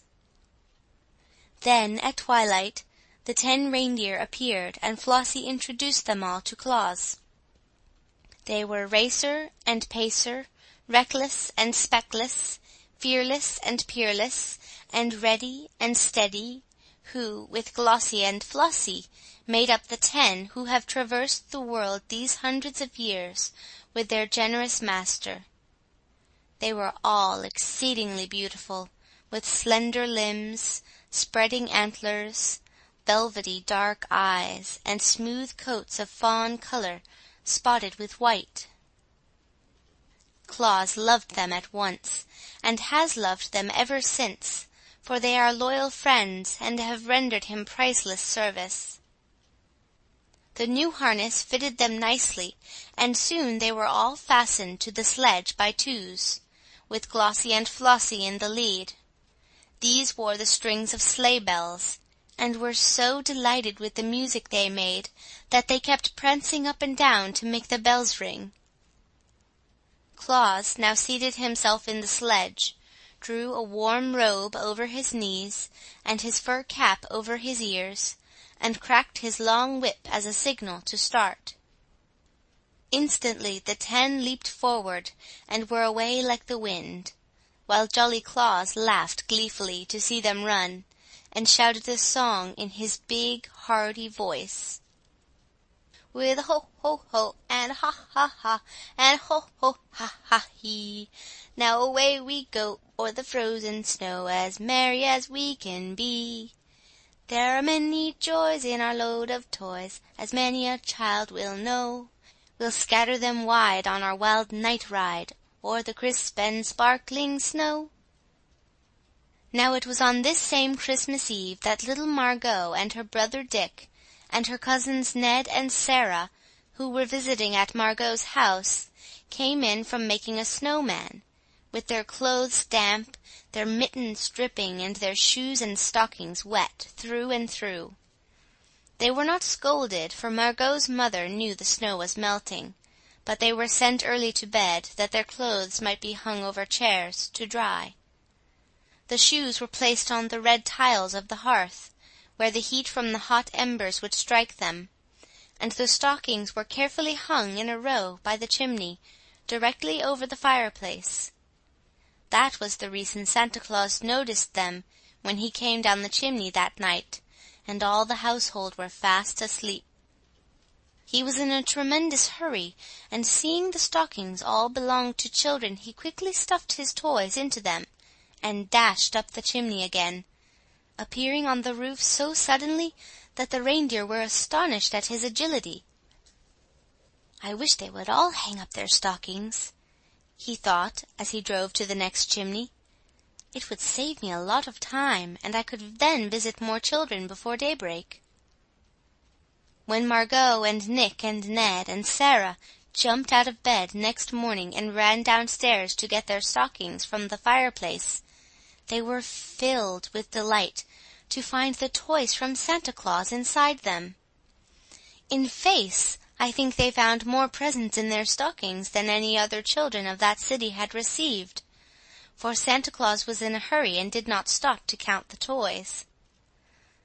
Of course they told all their little friends about it, and of course every one of them decided to hang his own stockings by the fireplace the next Christmas Eve. Even Bessie Blithesome, who made a visit to that city with her father, the great Lord of Lurd, heard the story from the children, and hung her own pretty stockings by the chimney when she returned home at Christmas time. On his next trip, Santa Claus found so many stockings hung up in anticipation of his visit, that he could fill them in a jiffy, and be away again in half the time required to hunt the children up and place the toys by their bedsides. The custom grew year after year, and has always been a great help to Santa Claus. And with so many children to visit, he surely needs all the help we are able to give him. End of Chapter 11. Chapter 12 of Claus's Manhood. The First Christmas Tree. Claus had always kept his promise to the Knooks by returning to the Laughing Valley by daybreak, but only the swiftness of his reindeer has enabled him to do this, for he travels over all the world. He loved his work, and he loved the brisk night ride on his sledge, and the gay tinkle of the sleigh bells. On that first trip with the 10 reindeer, only Glossy and Flossie wore bells, but each year thereafter, for 8 years, Claus carried presents to the children of the Gnome King, and that good-natured monarch gave him in return a string of bells at each visit, so that finally every one of the 10 deer was supplied, and you may imagine what a merry tune the bells played as the sledge spread over the snow. The children's stockings were so long that it required a great many toys to fill them, and soon Claus found there were other things besides toys that children love. So he sent some of the fairies, who were always his good friends, into the tropics, from whence they returned with great bags full of oranges and bananas which they had plucked from the trees. And other fairies flew to the wonderful valley of Funnyland, where delicious candies and bonbons grew thickly on the bushes, and returned laden with many boxes of sweetmeats for the little ones. These things Santa Claus, on each Christmas Eve, placed in the long stockings, together with his toys, and the children were glad to get them, you may be sure. There are also warm countries where there is no snow in winter, but Claus and his reindeer visited them as well as the colder climes, for there were little wheels inside the runners of his sledge, which permitted it to run as smoothly over bare ground as on the snow. And the children who lived in the warm countries learned to know the name of Santa Claus as well as those who lived nearer to the Laughing Valley. Once, just as the reindeer were ready to start on their yearly trip, a fairy came to Claus and told him of 3 little children who lived beneath a rude tent of skins on a broad plain where there were no trees whatever. These poor babies were miserable and unhappy, for their parents were ignorant people who neglected them sadly. Claus resolved to visit these children before he returned home, and during his ride he picked up the bushy top of a pine tree, which the wind had broken off, and placed it in his sledge. It was nearly morning when the deer stopped before the lonely tent of skins, where the poor children lay, asleep. Claus at once planted the bit of pine tree in the sand, and stuck many candles on the branches. Then he hung some of his prettiest toys on the tree, as well as several bags of candies. It did not take long to do all this, for Santa Claus works quickly, and when all was ready, he lighted the candles, and, thrusting his head in at the opening of the tent, he shouted, "Merry Christmas, little ones!" With that he leaped onto his sledge, and was out of sight before the children, rubbing the sleep from their eyes, could come out to see who had called them. You can imagine the wonder and joy of those little ones, who had never in their lives known a real pleasure before, when they saw the tree sparkling with lights that shone brilliant in the gray dawn, and hung with toys enough to make them happy for years to come. They joined hands and danced around the tree, shouting and laughing, until they were obliged to pause for breath. And their parents also came out to look and wonder, and thereafter had more respect and consideration for their children, since Santa Claus had honored them with such beautiful gifts. The idea of the Christmas tree pleased Claus, and so the following year he carried many of them in his sledge, and set them up in the homes of poor people who seldom saw trees, and placed candles and toys on the branches. Of course he could not carry enough trees in one load of all who wanted them, but in some homes the fathers were able to get trees and have them all ready for Santa Claus when he arrived. And these the good Claus always decorated as prettily as possible, and hung with toys enough for all the children who came to see the tree lighted. These novel ideas, and the generous manner in which they were carried out, made the children long for that one night in the year when their friend Santa Claus should visit them.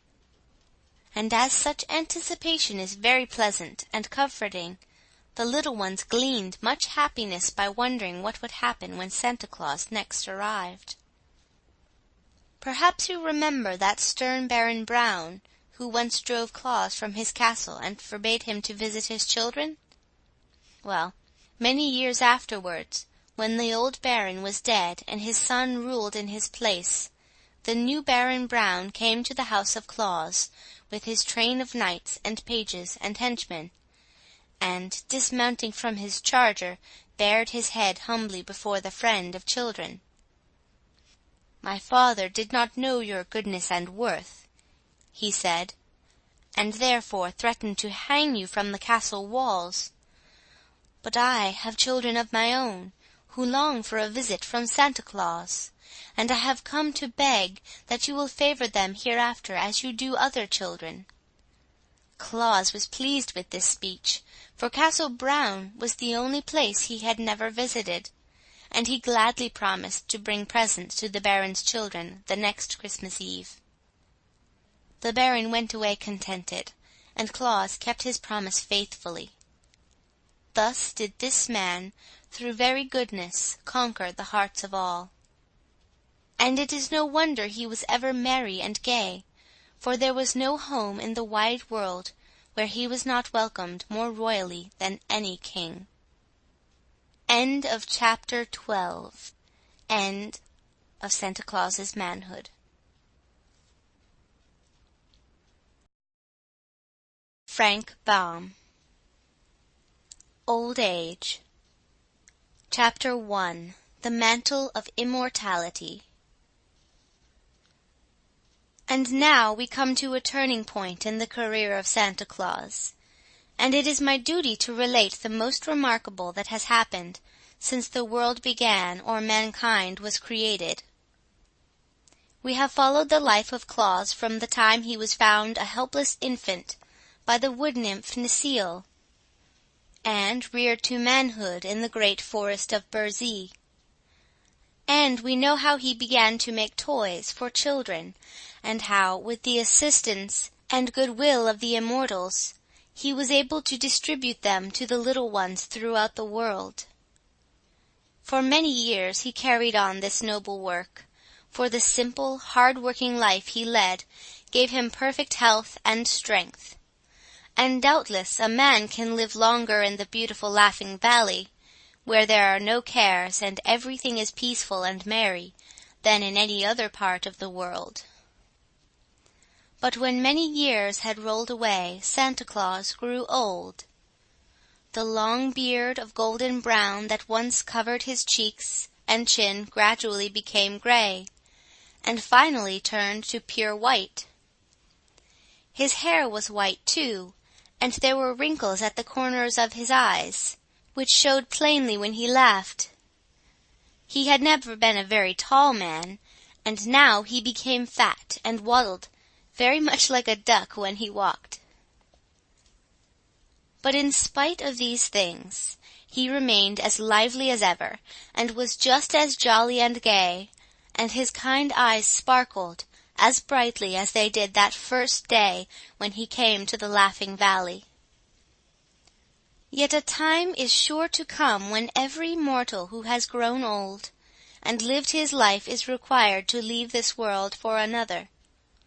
So it is no wonder that, after Santa Claus had driven his reindeer on many and many a Christmas Eve, those staunch friends finally whispered among themselves that they had probably drawn his sledge for the last time.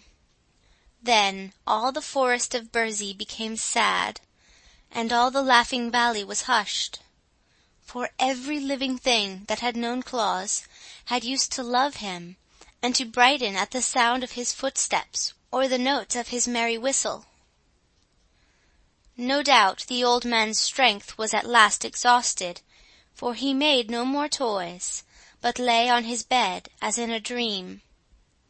The nymph Necile, she who had reared him and been his foster-mother, was still youthful and strong and beautiful, and it seemed to her but a short time since this aged, grey-bearded man had lain in her arms, and smiled on her with his innocent baby lips. In this is shown the difference between mortals and immortals. It was fortunate that the great Ak came to the forest at this time. Necile sought him with troubled eyes, and told him of the fate that threatened their friend Claus.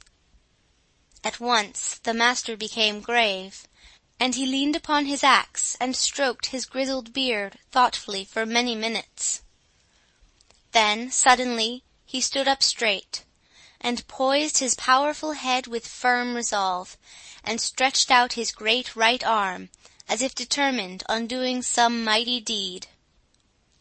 For a thought had come to him, so grand in its conception, that all the world might well bow before the Master Woodsman, and honour his name for ever.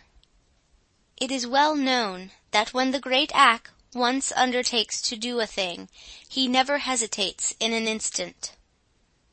Now he summoned his fleetest messengers, and sent them in a flash to many parts of the earth, and when they were gone, he turned to the anxious Necile and comforted her, saying, "Be of good heart, my child. Our friend still lives, and now run to your queen, and tell her that I have summoned a council of all the immortals of the world to meet with me here in Burzee this night. If they obey and hearken unto my words, Claus will drive his reindeer for countless ages yet to come."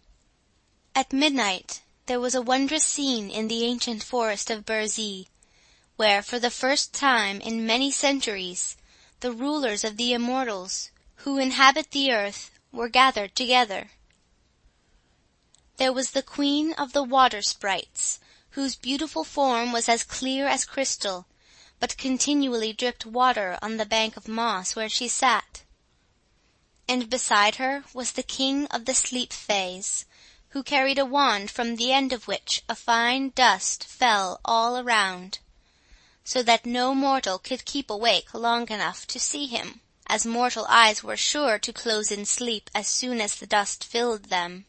And next to him sat the Gnome King, whose people inhabit all that region under the earth's surface, where they guard the precious metals and the jewel stones that lie buried in rock and ore. At his right hand stood the king of the Sound Imps, who had wings on his feet, for his people are swift to carry all sounds that are made. When they are busy they carry the sounds but short distances, for there are many of them. But sometimes they speed with the sounds to places miles and miles away from where they are made. The king of the Sound Imps had an anxious and careworn face, for most people have no consideration for his imps, and especially the boys and girls make a great many unnecessary sounds, which the imps are obliged to carry when they might be better employed. The next in the circle of immortals was the king of the wind demons, slender of frame, restless and uneasy at being confined to one place for even an hour. Once in a while he would leave his place and circle around the glade, and each time he did this the Fairy Queen was obliged to untangle the flowing locks of her golden hair and tuck them back of her pink ears. But she did not complain, for it was not often that the king of the wind demons came into the heart of the forest. After the Fairy Queen, whose home you know was in old Burzee, came the king of the light elves, with his two princes, Flash and Twilight, at his back. He never went anywhere without his princes, for they were so mischievous that he dared not let them wander alone. Prince Flash bore a lightning bolt in his right hand, and a horn of gunpowder in his left, and his bright eyes roved constantly around, as if he longed to use his blinding flashes. Prince Twilight held a great snuffer in one hand, and a big black cloak in the other, and it is well known that unless Twilight is carefully watched, the snuffers or the cloak will throw everything into darkness. And darkness is the greatest enemy the king of the light elves has. In addition to the immortals I have named, were the King of the Knooks, who had come from his home in the jungles of India, the King of the Rills, who lived among the gay flowers and luscious fruits of Valencia. Sweet Queen Zurline of the wood nymphs completed the circle of immortals. But in the centre of the circle sat 3 others who possessed powers so great that all the kings and queens showed them reverence.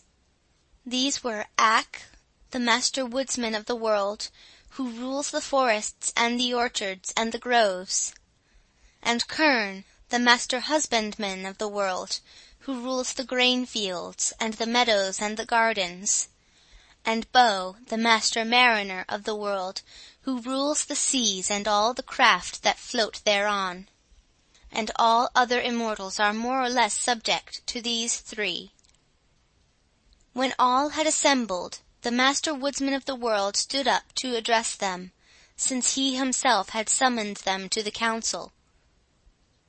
Very clearly he told them the story of Claus, beginning at the time when, as a babe, he had been adopted a child of the forest, and telling of his noble and generous nature, and his lifelong labours to make children happy. "And now," said Ak, when he had won the love of all the world, the spirit of death is hovering over him. Of all men who have inhabited the earth, none other so well deserves immortality. For such a life cannot be spared so long as there are children of mankind to miss him, and to grieve over his loss. We immortals are the servants of the world, and to serve the world we were permitted in the beginning to exist. But what one of us is more worthy of immortality than this man Claus, who so sweetly ministers to the little children?" He paused and glanced around the circle, to find every immortal listening to him eagerly and nodding approval. Finally, the king of the wind demons, who had been whistling softly to himself, cried out, "What is your desire, O Ak?" "To bestow upon Claus the mantle of immortality," said Ak boldly. That this demand was wholly unexpected was proved by the immortals springing to their feet and looking into each other's face with dismay, and then upon Ak with wonder. For it was a grave matter, this parting with the mantle of immortality. The queen of the water sprites spoke in her low, clear voice, and the words sounded like raindrops splashing upon a window pane. "In all the world there is but one mantle of immortality," she said. The king of the sound phase added, "It has existed since the beginning, and no mortal has ever dared to claim it." And the master mariner of the world arose and stretched his limbs, saying, "Only by vote of every immortal can it be bestowed upon immortal."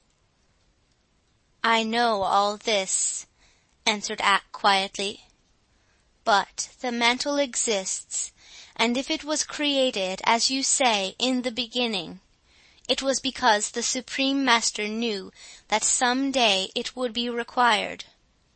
Until now, no mortal has deserved it, but who among you dares deny that the good Claus deserves it?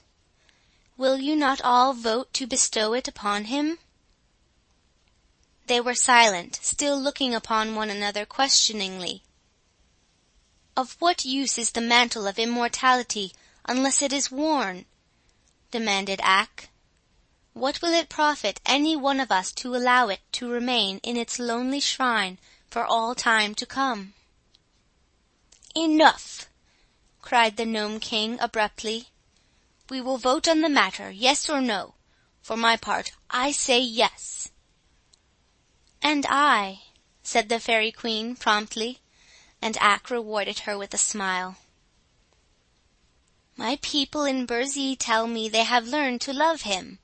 Therefore I vote to give Claus the mantle," said the King of the Rills. "He is already a comrade of the Knooks," announced the ancient king of that band. "Let him have immortality." "Let him have it, let him have it," sighed the king of the wind demons. "Why not?" asked the king of the sleep fays. "He never disturbs the slumbers my people allow humanity. Let the good Claus be immortal." "I do not object," said the king of the sound imps. "Nor I," muttered the queen of the water sprites. "If Claus does not receive the mantle, it is clear none other can ever claim it," remarked the king of the light elves.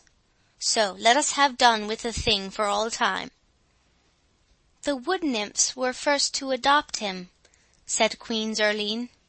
"Of course I shall vote to make him immortal." Ak now turned to the master husbandman of the world, who held up his right arm and said, "Yes."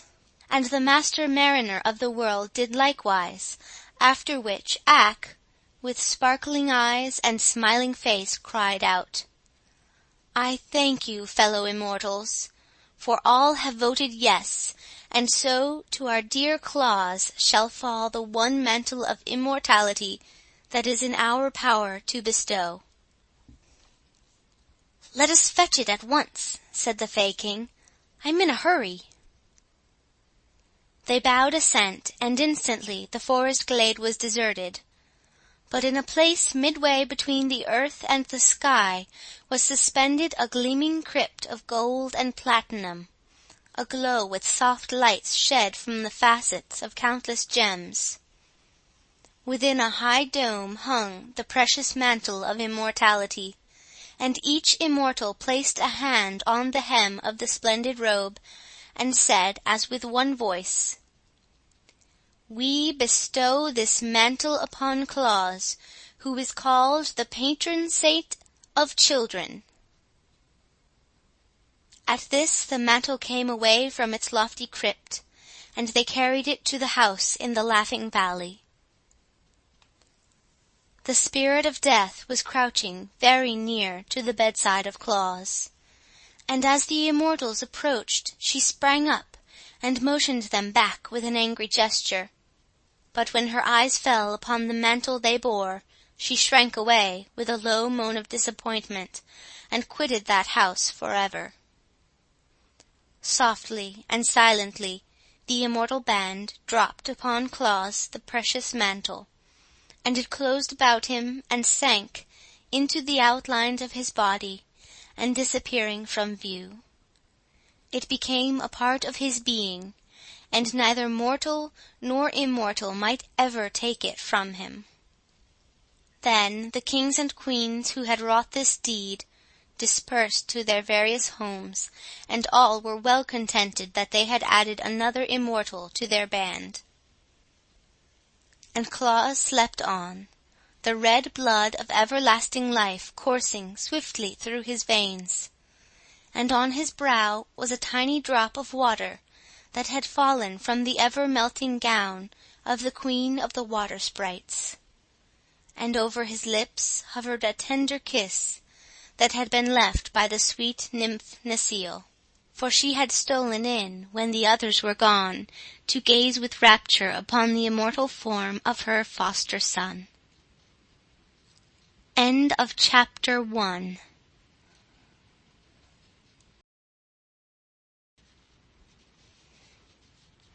Old Age. Chapter 2.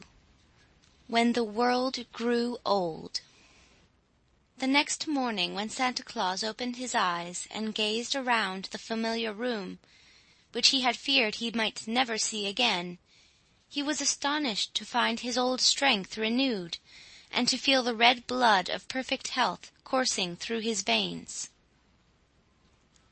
He sprang from his bed and stood where the bright sunshine came in through his window and flooded him with its merry dancing rays. He did not then understand what had happened to restore him to the vigor of youth, but in spite of the fact that his beard remained the color of snow, and that wrinkles still lingered in the corners of his bright eyes, old Santa Claus felt as brisk and merry as a boy of 16, and was soon whistling contentedly as he busied himself fashioning new toys. Then Ak came to him and told of the mantle of immortality, and how Claus had won it through his love for little children. It made Santa look grave for a moment, to think he had been so favored, but it also made him glad to realize that now he need never fear being parted from his dear ones. At once he began preparations for making a remarkable assortment of pretty and amusing playthings, and in larger quantities than ever before, for now that he might always devote himself to this work, he decided that no child in the world, poor or rich, should hereafter go without a Christmas gift, if he could manage to supply it. The world was new in the days when dear old Santa Claus first began toy-making, and won by his loving deeds the mantle of immortality. And the task of supplying cheering words, sympathy, and pretty playthings to all the young of his race did not seem a difficult undertaking at all. But every year more and more children were born into the world, and these, when they grew up, began spreading slowly over all the face of the earth, seeking new homes, so that Santa Claus found each year that his journeys must extend farther and farther from the Laughing Valley, and that the packs of toys must be made larger and ever larger. So, at length, he took counsel with his fellow immortals, how his work might keep pace with the increasing number of children, that none might be neglected. And the immortals were so greatly interested in his labours that they gladly rendered him their assistance. Ak gave him his man Kilter, the silent and swift, and the Nook Prince gave him Peter, who was more crooked and less surly than any of his brothers. And the Rill Prince gave him Nutter, the sweetest tempered rill ever known. And the Fairy Queen gave him Whisk, that tiny, mischievous, but lovable fairy, who knows today almost as many children as does Santa Claus himself. With these people to help make the toys, and to keep his house in order, and to look after the sledge and the harness, Santa Claus found it much easier to prepare his yearly load of gifts, and his days began to follow one another smoothly and pleasantly. Yet after a few generations his worries were renewed, for it was remarkable how the number of people continued to grow, and how many more children there were every year to be served. When the people filled all the cities and lands of one country, they wandered into another part of the world, and the men cut down the trees in many of the great forests that had been ruled by Ak, and with the wood they built new cities, and where the forests had been were fields of grain and herds of browsing cattle. You might think the master woodsman would rebel at the loss of his forests, but not so. The wisdom of Ak was mighty and far-seeing. "The world was made for men," said he to Santa Claus, "and I have but guarded the forests until men needed them for their use. I am glad my strong trees can furnish shelter for men's weak bodies, and warm them through the cold winters. But I hope they will not cut down all the trees, for mankind needs the shelter of the woods in summer as much as the warmth of blazing logs in winter. And however crowded the world may grow, I do not think men will ever come to Burzee, nor to the great Black Forest, nor to the wooded wilderness of Braz, unless they seek their shades for pleasure and not to destroy their giant trees. By and by people made ships from the tree trunks, and crossed over oceans, and built cities in far lands, but the oceans made little difference to the journeys of Santa Claus. his reindeer sped over the waters as swiftly as over land, and his sledge headed from east to west and followed in the wake of the sun, so that as the earth rolled slowly over, Santa Claus had all of 24 hours to encircle it each Christmas Eve. And the speedy reindeer enjoyed these wonderful journeys more and more. So, year after year, and generation after generation, and century after century, the world grew older, and the people became more numerous, and the labors of Santa Claus steadily increased. The fame of his good deeds spread to every household where children dwelt, and all the little ones loved him dearly, and the fathers and mothers honored him for the happiness he had given them when they too were young, and the aged grandsires and granddames remembered him with tender gratitude and blessed his name. Chapter 3. The Deputies of Santa Claus. However, there was one evil following in the path of civilization that caused Santa Claus a vast amount of trouble before he discovered a way to overcome it. But, fortunately, it was the last trial he was forced to undergo. One Christmas Eve, when his reindeer had leaped to the top of a new building, Santa Claus was surprised to find that the chimney had been built much smaller than usual. But he had no time to think about it just then, so he drew in his breath and made himself as small as possible and slid down the chimney. "I ought to be at the bottom by this time," he thought, as he continued to slip downward. But no fireplace of any sort met his view, and by he reached the very end of the chimney, which was in the cellar. "This is odd," he reflected, much puzzled by this experience. "If there is no fireplace, what on earth is the chimney good for?" Then he began to climb out again, and found it hard work, the space being so small. And on his way up he noticed a thin, round pipe sticking through the side of the chimney, but could not guess what it was for. Finally he reached the roof and said to the reindeer, "There was no need of my going down that chimney, for I could find no fireplace through which to enter the house. I fear the children who live there must go without playthings this Christmas." Then he drove on, but soon came to another new house with a small chimney. This caused Santa Claus to shake his head doubtfully, but he tried the chimney nevertheless and found it exactly like the other.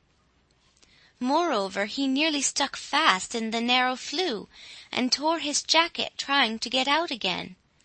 So although he came to several such chimneys that night, he did not venture to descend any more of them. "What in the world are people thinking of, to build such useless chimneys?" he exclaimed. "In all the years I have travelled with my reindeer, I have never seen the like before." True enough, but Santa Claus had not then discovered that stoves had been invented and were fast coming into use. When he did find it out, he wondered how the builders of those houses could have so little consideration for him, when they knew very well it was his custom to climb down chimneys and enter houses by way of the fireplaces. Perhaps the men who built those houses had outgrown their own love for toys, and were indifferent whether Santa Claus called on their children or not. Whatever the explanation might be, the poor children were forced to bear the burden of grief and disappointment. The following year Santa Claus found more and more of the new-fashioned chimneys that had no fireplaces, and the next year still more. The third year, so numerous had the narrow chimneys become, he even had a few toys left in his sledge that he was unable to give away because he could not get to the children. The matter had now become so serious that it worried the good man greatly, and he decided to talk it over with Kilter and Peter and Nutter and Whisk. Kilter already knew something about it, for it had been his duty to run around to all the houses just before Christmas and gather up the notes and letters to Santa Claus that the children had written, telling what they wished put in their stockings or hung on their Christmas trees. But Kilter was a silent fellow, and seldom spoke of what he saw in the cities and villages. The others were very indignant. "Those people act as if they do not wish their children to be made happy," said sensible Peter in a vexed tone. "The idea of shutting out such a generous friend to their little ones!" "But it is my intention to make children happy whether their parents wish it or not," returned Santa Claus. "Years ago, when I first began making toys, children were even more neglected by their parents than they are now, so I have learned to pay no attention to thoughtless or selfish parents, but to consider only the longings of childhood." "You are right, my master," said Nutter the Rill. "Many children would lack a friend if you did not consider them and try to make them happy."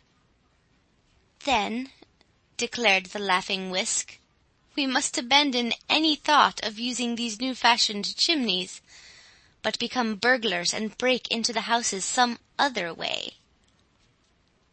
"What way?" asked Santa Claus. "Why, walls of brick and wood and plaster are nothing to fairies. I can easily pass through them whenever I wish, and so can Peter and Nutter and Kilter. Is it not so, comrades?" "I often pass through the walls when I gather up the letters," said Kilter. And that was a long speech for him, and so surprised Peter and Nutter that their big round eyes nearly popped out of their heads. "Therefore," continued the fairy, "you may as well take us with you on your next journey, and when we come to one of those houses with the stoves instead of the fireplaces, we will distribute the toys to the children without the need of using a chimney." "That seems to me a good plan," replied Santa Claus, well pleased at having solved the problem. "We will try it next year." That was how the fairy, the pixie, the knook, and the Rill all rode in the sledge with their master the following Christmas Eve, and they had no trouble at all in entering the new-fashioned houses and leaving toys for the children that lived in them. And their deft services not only relieved Santa Claus of much labor, but enabled him to complete his own work more quickly than usual, so that the merry party found themselves at home with an empty sledge a full hour before daybreak. The only drawback to the journey was that the mischievous Whisk persisted in tickling the reindeer with the long feather, to see them jump, and Santa Claus found it necessary to watch him every minute, and to tweak his long ears once or twice to make him behave himself. But, taken altogether, the trip was a great success, and to this day the four little folk always accompany Santa Claus on his yearly ride, and help him in the distribution of his gifts. But the indifference of parents, which had so annoyed the good saint, did not continue very long, and Santa Claus soon found they were really anxious he should visit their homes on Christmas Eve and leave presents for their children. So, to lighten his task, which was fast becoming very difficult indeed, old Santa decided to ask the parents to assist him. "Get your Christmas trees all ready for my coming," he said to them, "and then I shall be able to leave the presents without loss of time, and you can put them on the trees when I am gone." And to others he said, "See that the children's stockings are hung up in readiness for my coming, and then I can fill them as quick as a wink." And often, when parents were kind and good-natured, Santa Claus would simply fling down his package of gifts and leave the fathers and mothers to fill the stockings after he had darted away in his sledge.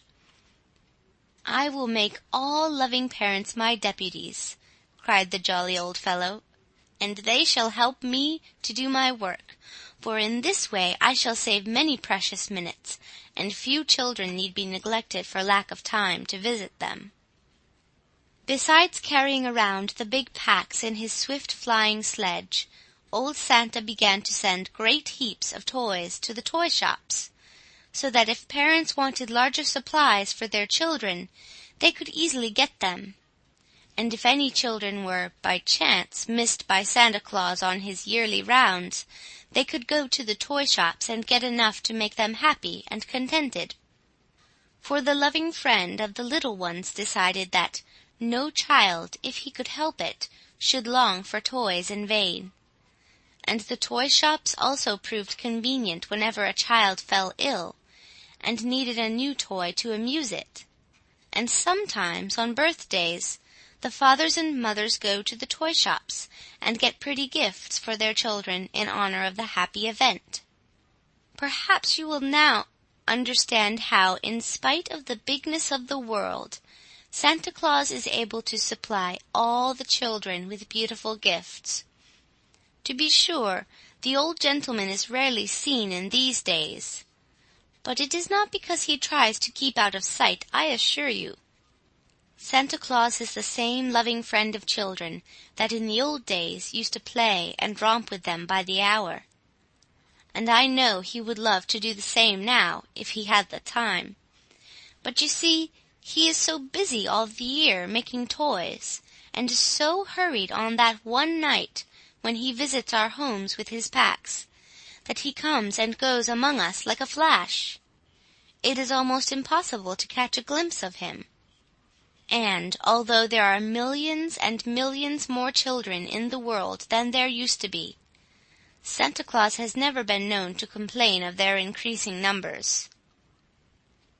"The more the merrier," he cries, with his jolly laugh, and the only difference to him is the fact that his little workmen have to make their busy fingers fly faster every year to satisfy the demands of so many little ones.